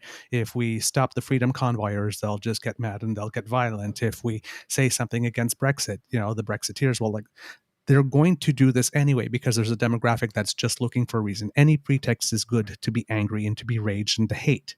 Right? There are people that you've seen interviews where people turn around and say, well, hating is fun. Yeah. They actually enjoy it. Right. So those are not the people that you're going, they're not the people that you're going to reach with this. Right. Because everything that is done, right, is just more proof that you're living in as Andrew Tate going to be driving those cars anymore, the Matrix. I like that you said Tate. And by the way, if I haven't said it before, I'll say it again. That's when graphic nudity makes appearance. It's when you see the taint. Mm-hmm. Yep. You said that. So you have this thing where this guy, like, for example, if you put this one up, Dean. Yeah. Goes, and who defines hate? Those you least wanted to. Tweets a man I would least want to be defining hate, who has become world famous professional victim by classifying any unflattering yet objective truth about him being stated, and any attempt to levy consequences for his irresponsible behavior as hate. Yeah. Yeah. Look in a frickin' mirror, wake up and smell your own armpits, buddy. Yeah. That's a great point. What I think is happening right now too is, and I think this plays a part into what sort of an extension from what Linz was saying, is I think people are becoming exhausted by the strategies that are in play, like not just the bot farms, but also the influence sort of peddling, the taints, and the flooding the zone. But also the politics of creating the anger. Look what they're doing to you. Like, people are becoming they're getting tired of it. It's wearing out society, and I think they're starting to we've been receding into our caves a bit, but there seems to be a little bit of people poking their heads out, kind of like spring, and going, there's got to be a better way. I still need to vote. I still need to be active part of society. Why did I get dragged into this? Right? Why do I hate bike lanes so much? What's wrong with me? Right? Like, there's a little bit of that going on right now in the world, and I think that is part of the reason why that the temperature's coming down a bit, right? I think it is overall. I think we're starting to, we desperately need some fucking representation in the middle for I think that's what this is, though. It's just quiet. It's a quiet, the representation is the shift of, like you say, people are tiring of it, and they're moving more towards the middle on their own. The middle doesn't need a voice. The middle always exists. The middle is there. Middle is normal. And people have gone off into we don't exercise our voice, though, Linz. We don't need to. But we don't. That's the point about being. That's the point about being. Yeah, but that's the point about being in the middle. Well, that's the thing. Point about being in the middle is people can go off in their corners and have their fucking their little tantrums, and then they all will come back. Even Cletus and fucking Nancy in the trailer park have sat there for the last 3 years going, Justin Trudeau was going to give us a vaccine and kill us and take our guns. And you know what, Nancy? We're still eating a Swanson's dinner every fucking Saturday for 3 years, like we have for the last 30. Nothing's happening that they're saying is going to happen to us, Nancy. What the fuck is going on? Maybe we're getting taken for a ride. Even those people are starting to come around and go, maybe we've been duped a little bit here. So when you can turn somebody that gullible around, we're already winning. The middle's already winning. The middle always wins. And crush their heroes at the same time. It's a lot of fun. Douglas, what were you going to say? I keep on saying that, right? As Canadians, right, radically reasonable is the sweet spot, right? When it comes to politics, when it comes to society. And we're seeing it in the U.S., for example, right, where they're trying to Kevin McCarthy is trying to become the speaker. Like this, lost the 6th vote today, right? Because but basically the whole party is trying to be held hostage by about 20 people. There are 20 people who are stopping the entire functioning of government from working because that's the world we live in. Because he made a compromise every now and then with Democrats that allowed things to get through over the past 2 years. You can't agree with them on anything. You can't help them with anything. You have to absolutely cut them out, or else you are persona non grata. You become a whatever. Put a word in front of it, a letter in front of it. I know, rhino, sino, whatever, like this, and you become dead to them, right? Yeah. Like this, and this is really an exercise in humiliation. But at some point, they're going to have to pick someone who's more moderate, more reasonable, right? That everybody can agree upon, or else everything that they've been saying that they're going to do apart. That's what's happening. Everything's falling apart. But all the things that they said that they wanted to do for the last 6 months, right? Like look at Hunter Biden's laptop. None of that is happening until they can choose a speaker. And so long as they keep on cannibalizing each other rather than electing a speaker. Yeah. Isn't that such a great example? Like what's happening with the Republican Party in the States, what's happening with Andrew Tate, what's happening with Jordan Peterson, probably losing his license. What's happening with Pierre Poilievre's disapproval rating being 60%. What's happening with everybody that took part in that fucking Fugazi movement of us first, fuck you. It's all coming back. And I'll tell you why. This is very, very simple. I say it a lot. There are people in this world who know they can't change things, who know they can't control things, and there are people who think they can. And those people think they can control an alternative reality, like Tesla is the greatest car company in the world. We're seeing that alternative reality crash to the ground. We're seeing people's real reputations come out. Elon Musk, Jordan Peterson, all of these cats. Dana White. We just did a fucking big segment on Dana White. You're legitimately seeing the truth about who these people are and the damage that they've done to you over the past 3 years. If you believed them, any of the shit, the anti-vax shit, the conservative shit, the Jesus shit, the religious shit, the mask shit, if you believed any of that, you should be very angry today. Like if you gave Andrew Tate money for a coaching course on wellness, he's in a Romanian prison because he literally would traffic underage women for sex in Europe and has been doing it for years. If you're not mad that you got taken, you're like the fucking dumbest person on the planet. If you're sitting there with your fucking hands going, did I pick the wrong side? Yeah, you did. And you still, after 3 years, have an opportunity to realize one thing and one thing only. Your chief task in this life is to be like us. Know what you control and what you don't, and get busy being a human being who excels in that life. Not trying to fuck it. Because, dude, everybody's like, we're never getting vaccinated. No problem. You're going to fucking lose out. That everybody lost out. We're not wearing masks. No problem. This whole thing's just going to take way longer to go. And we don't care about you. We care about us and our decision. No problem. The vast majority of this country is now understanding what happens when you allow selfishness to be the most important value of the day. Right. Correct? And it's like that African proverb, right? You can get a certain distance fast alone, but if you want to go farther, you got to go together. Yeah. Simple. Right. So, and what you're talking about, right? All these things, right? Is religions, cults, gangs, this type of movement. It's all people who are broken, who feel a need to belong. And you have somebody coming up and say, come join me. We'll give you a family. Yeah. But I think it's also, they're all based on the same principles. But Douglas, I think it's also, it's part of our DNA to want to be a part. I'm not excusing. Absolutely. It's true. Getting involved in a cult. But that's what they're appealing to. Prey on it. We're a tribe. We're a tribal species. We are a tribal species. But that's what they're appealing to, and that's the grift, and that's where they get like this.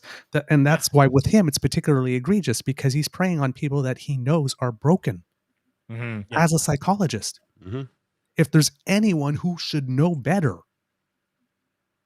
like most people don't have an excuse, but a psychologist, a psychiatrist particularly has no excuse in this case. I think on preying upon the broken. Douglas, I think he thinks he has the answers. That's part of the delusion, right? That's the scary part about. Yeah, I think he is. I think have you guys seen The Rise of Jordan Peterson? Have you seen The Rise of Jordan Peterson on Netflix? Have you guys watched it? Not yet. Highly recommend it. I highly recommend it. Is this new? No, it's been out for a couple of years. Go and watch it. Netflix, Rise of Jordan Peterson. And he partakes in this thing. No way. He's a willing participant in this. And it is fucking wild. Wild to see all the Russian art and his like homage to Russia and his Orthodox religion. Wow.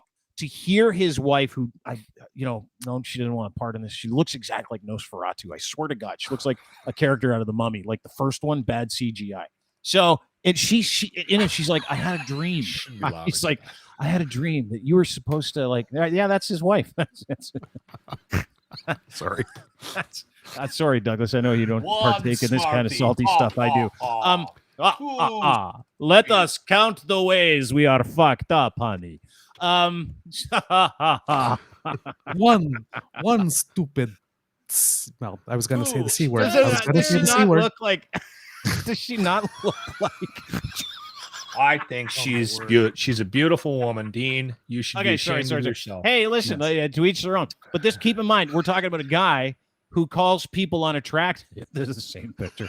He calls large women unattractive. He posts pictures of larger women on Sports Illustrated's cover, curvy women going, sorry, again, not attractive. You're disgusting. Dude, have you seen yourself? Yeah, have you seen yours? Have you Ugly's seen on the inside, baby. Ugly's on the inside. Yes. Anyway, he deserves it all. It's my point. Like, I've got no, how he's like, I need to be a better person and not do those things. No, I'm going to run this guy down.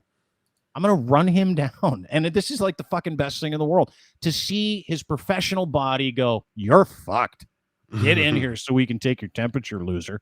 And him go, well, I'm not doing it. Fuck you. I don't have to do anything I don't want because I'm on a mission from Jesus. Watch that fucking show. Watch it. Watch The Rise of Jordan Peterson. You'll fucking learn him. You'll go, I get it. He's nuts. Right. And he doesn't have to do it.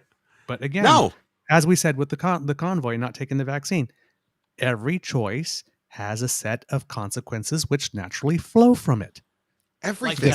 And the fact that you made this choice, whatever happens to you after, does not make you a victim. This was your own damn free will, buddy. It'll be interesting to see what comes of it if this like how they go through the process, because from the sounds of it, it looks like he's going to present it. He's going to make everything public, whether he should be or not, and how much of an impact He'll have make public what he wants to make public. Yeah, that's true. So, but it'll be interesting to see what the outcome is and how this impacts his following. He's still planning that tour, right? Is there not a Jordan Peterson Canadian tour? Oh yeah, dude. Oh yeah, it's on the 30th of this month. And actually, I've got. Oh my God, this is just going to sell tickets, dude. Oh, yeah, you know what I mean? Like this is gonna. What's the update? I've got an update about that's Jordan Peterson. Lachlan, you're right. This is exactly what this is. This is a fucking publicity stunt. Is what all absolutely. It is. Absolutely. It is nowhere close to sold out. They're now begging people to buy tickets, and you can get them at ticketsales.com. Dr. Jordan Peterson, Monday, January 30, 7:30 p.m., Canadian Tire Center. Now, here's the trick. See, I'm wrong on that. I thought he was going to sell that fucking bad boy out. No, not only is it not sold out, they've actually taken capacity and shrunk it by less than half and cut off half the actual Scotiabank Center. Like they did. How they do that where they'll put up like a big thing. It's like, this is just, trust me, there's more people here. There isn't. There's like fucking nobody came. So you close different seating areas. So they've closed like, here, let me get you a picture of it. I'll show you the seating areas. It's the fucking best. Emergency renovations.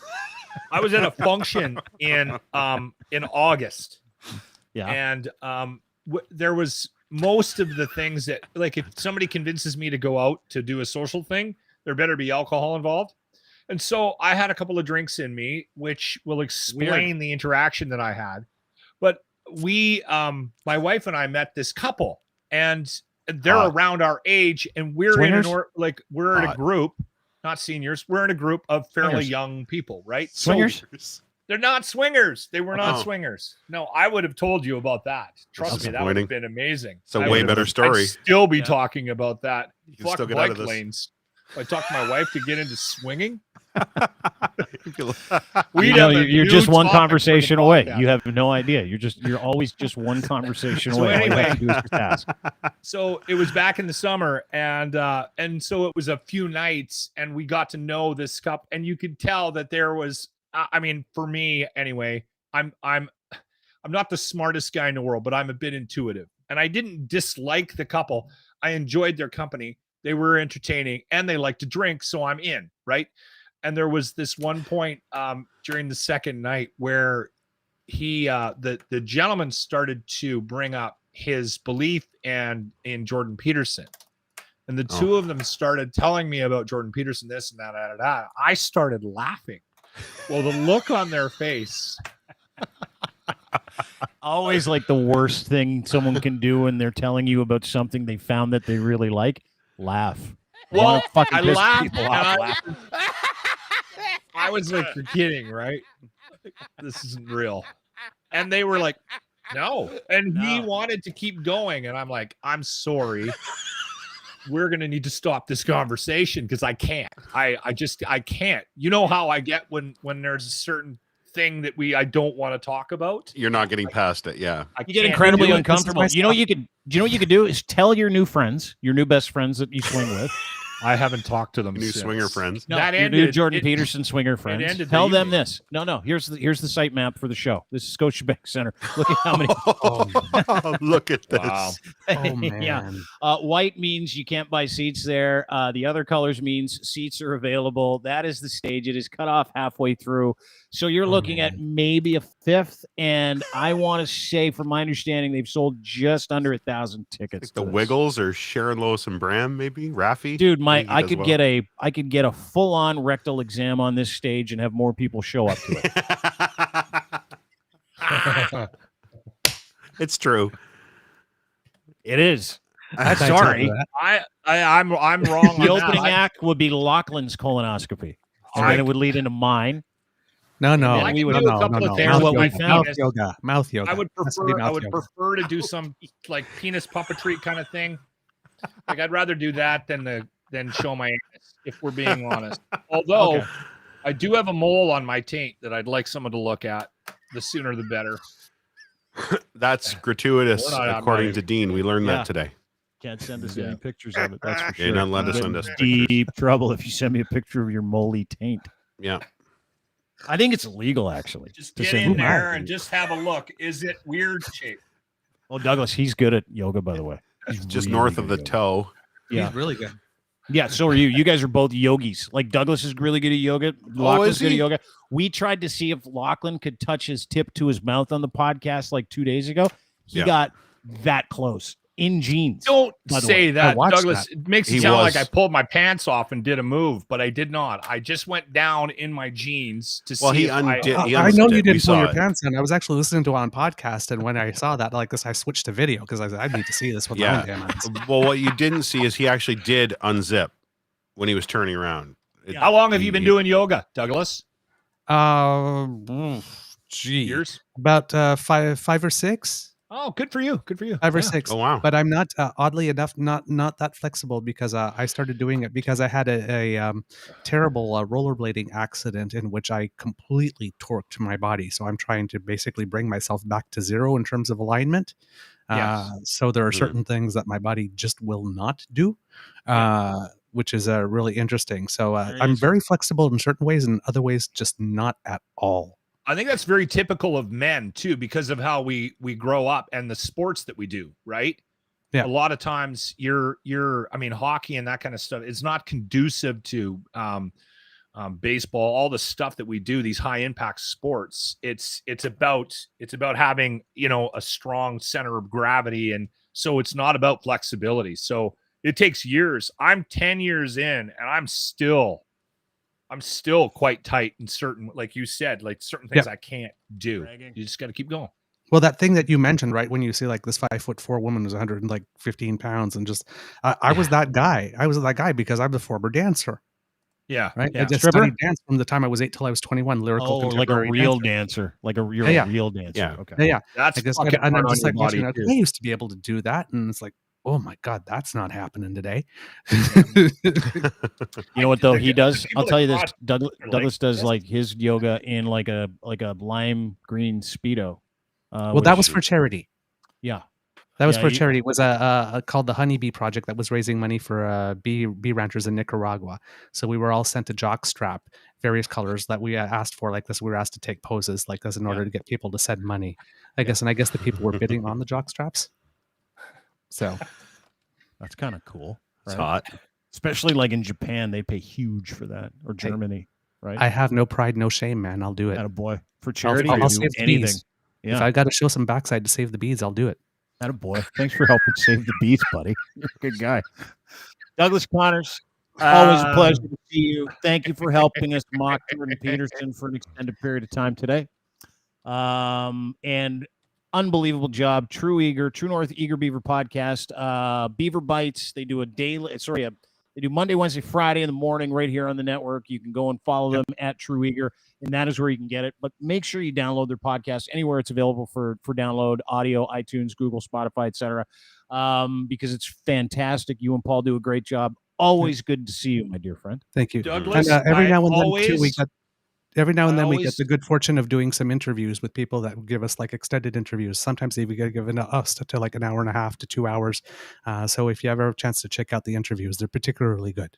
Yeah, they are. You always do a good job. But not like because I of us, something because of when our you come guests. on the podcast too, Doug. So thank you for that. Thank you, Doug. Well, thank you, Luck. I love you very much. We love you too. We'll talk to you soon. All right. Thanks for the invite. Bye, everyone. Anytime. See you, pal. Douglas Connors, True North Eager Beaver podcast. Just a beauty. Yeah. Just like such a nice guy. Just a beautiful human being.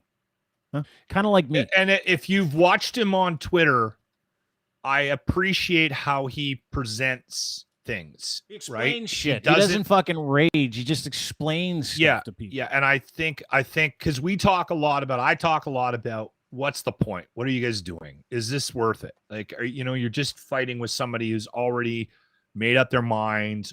All you're doing is just bringing this negativity to your own life. Have you evaluated that? And so Douglas takes the time with people that don't agree with him, and he doesn't lose his shit in doing it. And he presents his argument in a very calm way where you have to appreciate, whether you agree with him or not, or side with his view, you have to appreciate how he goes about those discussions online. I think that needs to be set out. Like he's a human being about it. Like he did the definitive Jordan Peterson thread, where what he repeated to us, he put in a thread. It's like a 7-tweet thread. Yeah. And I'm like, this is fucking brilliant. So I tweeted out like, hey, this is awesome. You gotta read this tweet thread. And because it's exactly what you're saying. He's got this comforting, like the way he is very comforting, right? Comforting conversation. But let's have a talk. Let's converse back and forth. And he's got like 20, 25 years in on the Hill as a planner. Like he understands, he knows these people. He knows politics. He knows what's going on. And he reads between the lines. You see how he broke down, and it was funny because he's like, hey, did you see Jordan Peterson's thing where he's got to work with 2 women to keep his license? And I'm like, that's brilliant. I love that he picked that up. But like he knows the minutia, right? So it's just, and he's just a wonderful fucking human being. He's just I love being. He's just a good person, all around. We need more Douglases, is what we need. We do. Before I let you go, boys, Chechia just went through in overtime to the World Junior Final. We got Canada. 2-1. They just beat Sweden 2-1. Is that correct? Yeah. And we got Canada USA tonight. This yes. is the first. I got to tell you, I'm not even going to lie. I know it's a rite of passage in this country, and you're stupid if you don't watch it. I haven't watched the game. You may want to watch tonight's game. Honestly, it's on. They'll drop the puck in 30 minutes, and it's going to be a barn burner. We've got 2 teams with okay goaltending, not great goaltending, and you got 2 teams that have pretty decent overall play. Like they both play very well. They play 200 feet, and they're also young, 17, 18-year-old kids that make mistakes, and they have talent on both sides of the puck that can capitalize on those mistakes. So you're going to see a very fucking good game tonight. You're going to see an awesome game, and it'll probably be very close. The game the other night against Slovakia, it took years off my life. And that goal that that Connor Bedard scored in overtime. Oh my God. It was like did it all by himself. Ottawa, Jordan Eberle goal. Yeah. I know, wild. Dude. It was one of the best goals, and he had like 10 shots on net. Have you guys seen in that game? It was almost like just get fucking Connor Bedard the puck. Just get him the puck. Well, they did. When they were 3-on-3, it was like, just head out there. Yeah. These are the scoring leaders for the World Juniors. It's fucking crazy. Connor Bedard has 21 points. Youngest in one. 5 games. He's the youngest guy there. He's got 21 points. In second, Logan Cooley, who's been drafted already in the NHL, he's got 11. Like, if that is the second part of this story. Seeing redemption for Canada, beating the U.S., always a lot of fun to watch. But the story of the year is going to be this Connor Bedard kid and what he's done. I think he had 2 points the first game. He had 6 points the second game. He had 7 points the third game. He had 4 points, including the overtime winner in their game against Slovakia in the quarters. Yeah. Mm-hmm. And he had the overtime winner where it was just him. Yeah.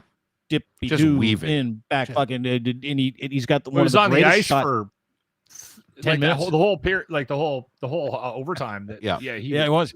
But you got to keep an eye on this Connor Bedard kid, 17 years old, Regina Pats. He's going to be the number 1 overall draft pick this year, and you're watching teams literally shit their bed for him next year, like I think he'll end up Anaheim in Mighty Ducks and Chicago, and Columbus, Arizona.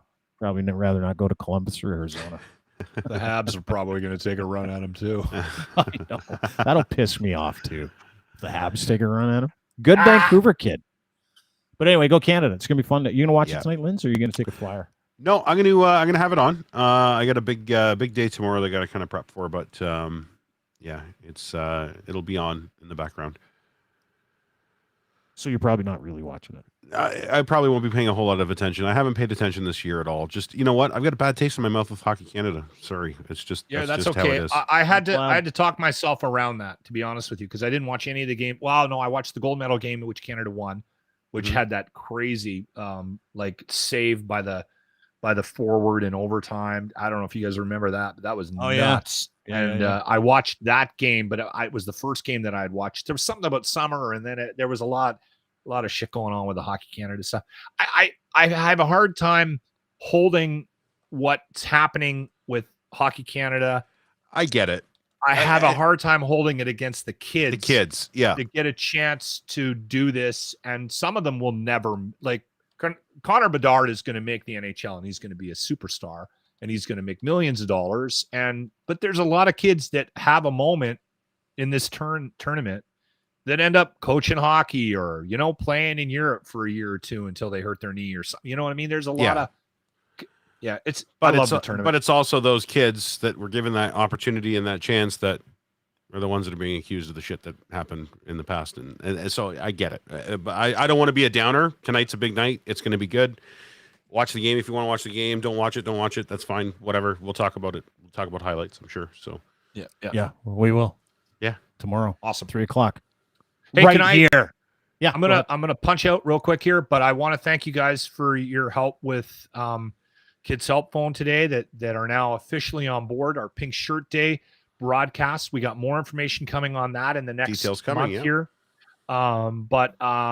It has become what it is because of your involvement with this podcast network, and that meeting today that meant a lot to me and to Jimmy.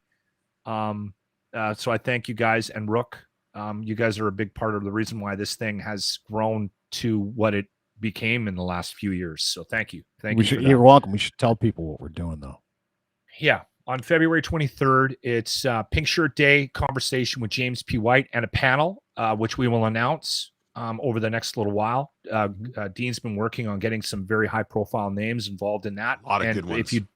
A lot of very cool names. And today we had a meeting with one of the heads of the Kids Help Phone, and we're involving them in it so that there's that extension of this is to also provide people who might be in a situation that they're not happy with, provide them with an opportunity to call somebody or find help, right? Get some resources. Yeah.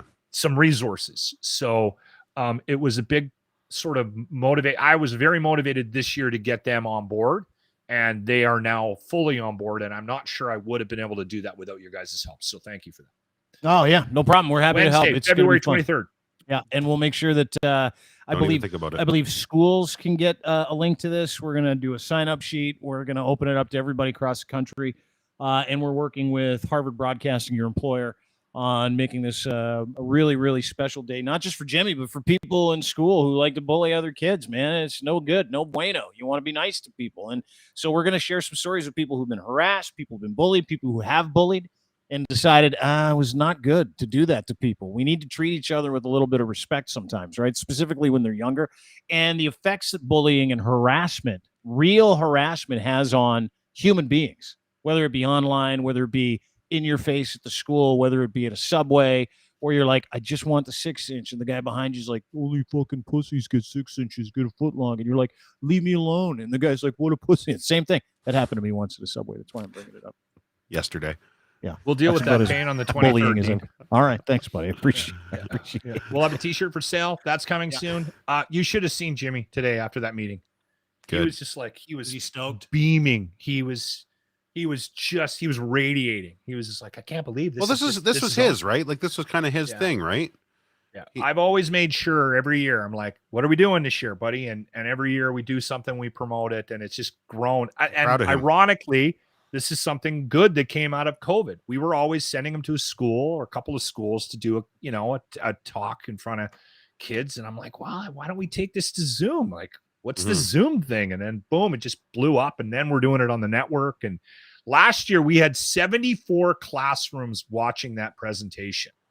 And it was hosted by my little buddy, James P. White, who at the age of 12 or 13 was beaten up so badly by bullies they had to take him to the hospital, and he had within his, like, this is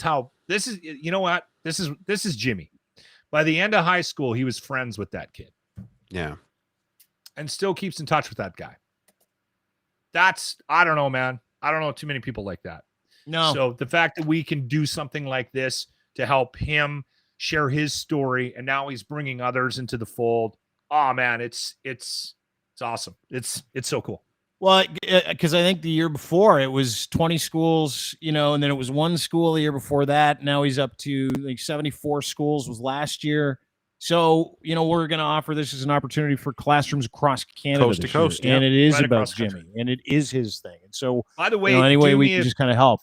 Yeah. Do me a favor. Hang on. If you are a teacher or somebody that is in the education system, we will have information in the next week or two where we're gonna Rook and Lynn's, they're sort of in charge of logistics. They're gonna put together a place where everybody goes to sign up, so that all at once everybody gets the information they need about who's on the panel and how to take part in the broadcast. And how to chat, get involved in the chat. All of that is going to be something we can just sign everybody up. It will be interactive. So being there is not just watching. You will partake if you want, or you can just watch. It's going to be a good one this year. It's going to be I got a lot of good feelings about this year. Yes, a lot of good energy on that call today. Yeah, that was maybe awesome. It's gas. Maybe you just got gas. That's not a good feeling. This is a good feeling. This is warm, fuzzy. By the way, that could be the booze. I don't know. I had a fart that hurt yesterday. Did it burn, or did it rip? It was like, it was like I felt it. I know you feel all your farts. I get that. But like I passed wind, and I'm like, that kind of was uncomfortable. Were you holding it for a long time? I find it if I'm trying to, that's what, and then it hurts when you finally get outside and you're like. But I had to think to myself, in my 49 years, I'm like, I don't remember a fart hurting ever. Were you free? Was it a free release, or was it restricted by a chair, or were you standing? No. I was in a car with a person, and I'm like, can't fart. And so I held the fart in. Then I got back to the house and sat down. The fart went away. I don't even know how. Where do they even go? It hides. Yeah. Like in a pocket of your colon or something. It's like, that's why it hurts. Yeah. It's up behind your lung and your heart. You didn't let it out. And like 10 minutes later, I'm sitting there. I'm like, fart addict. I don't feel great. I farted. I'm like, ow. That's not. What is that? You should call somebody. I'm sure you'll deal with it with the appropriate physical. No, I'm thinking of just putting it on Twitter and asking people and then doing whatever they say. That's what everybody else does. Drink your pee. Actually, that's probably going to be it. Drink your pee. Putting some pee in my bunghole. Yeah. See how that works. Dean, send me a note on that quick. Okay, just send me a note on Twitter. I believe Dean Savage. You follow me on Twitter. Just send me a DM. I thought you were talking to Dean about his farts. Sorry. No, it wasn't about your farts. It's about his daughter. So send me a note about your farts. Yeah. No, I don't want to know about your farts, Dean.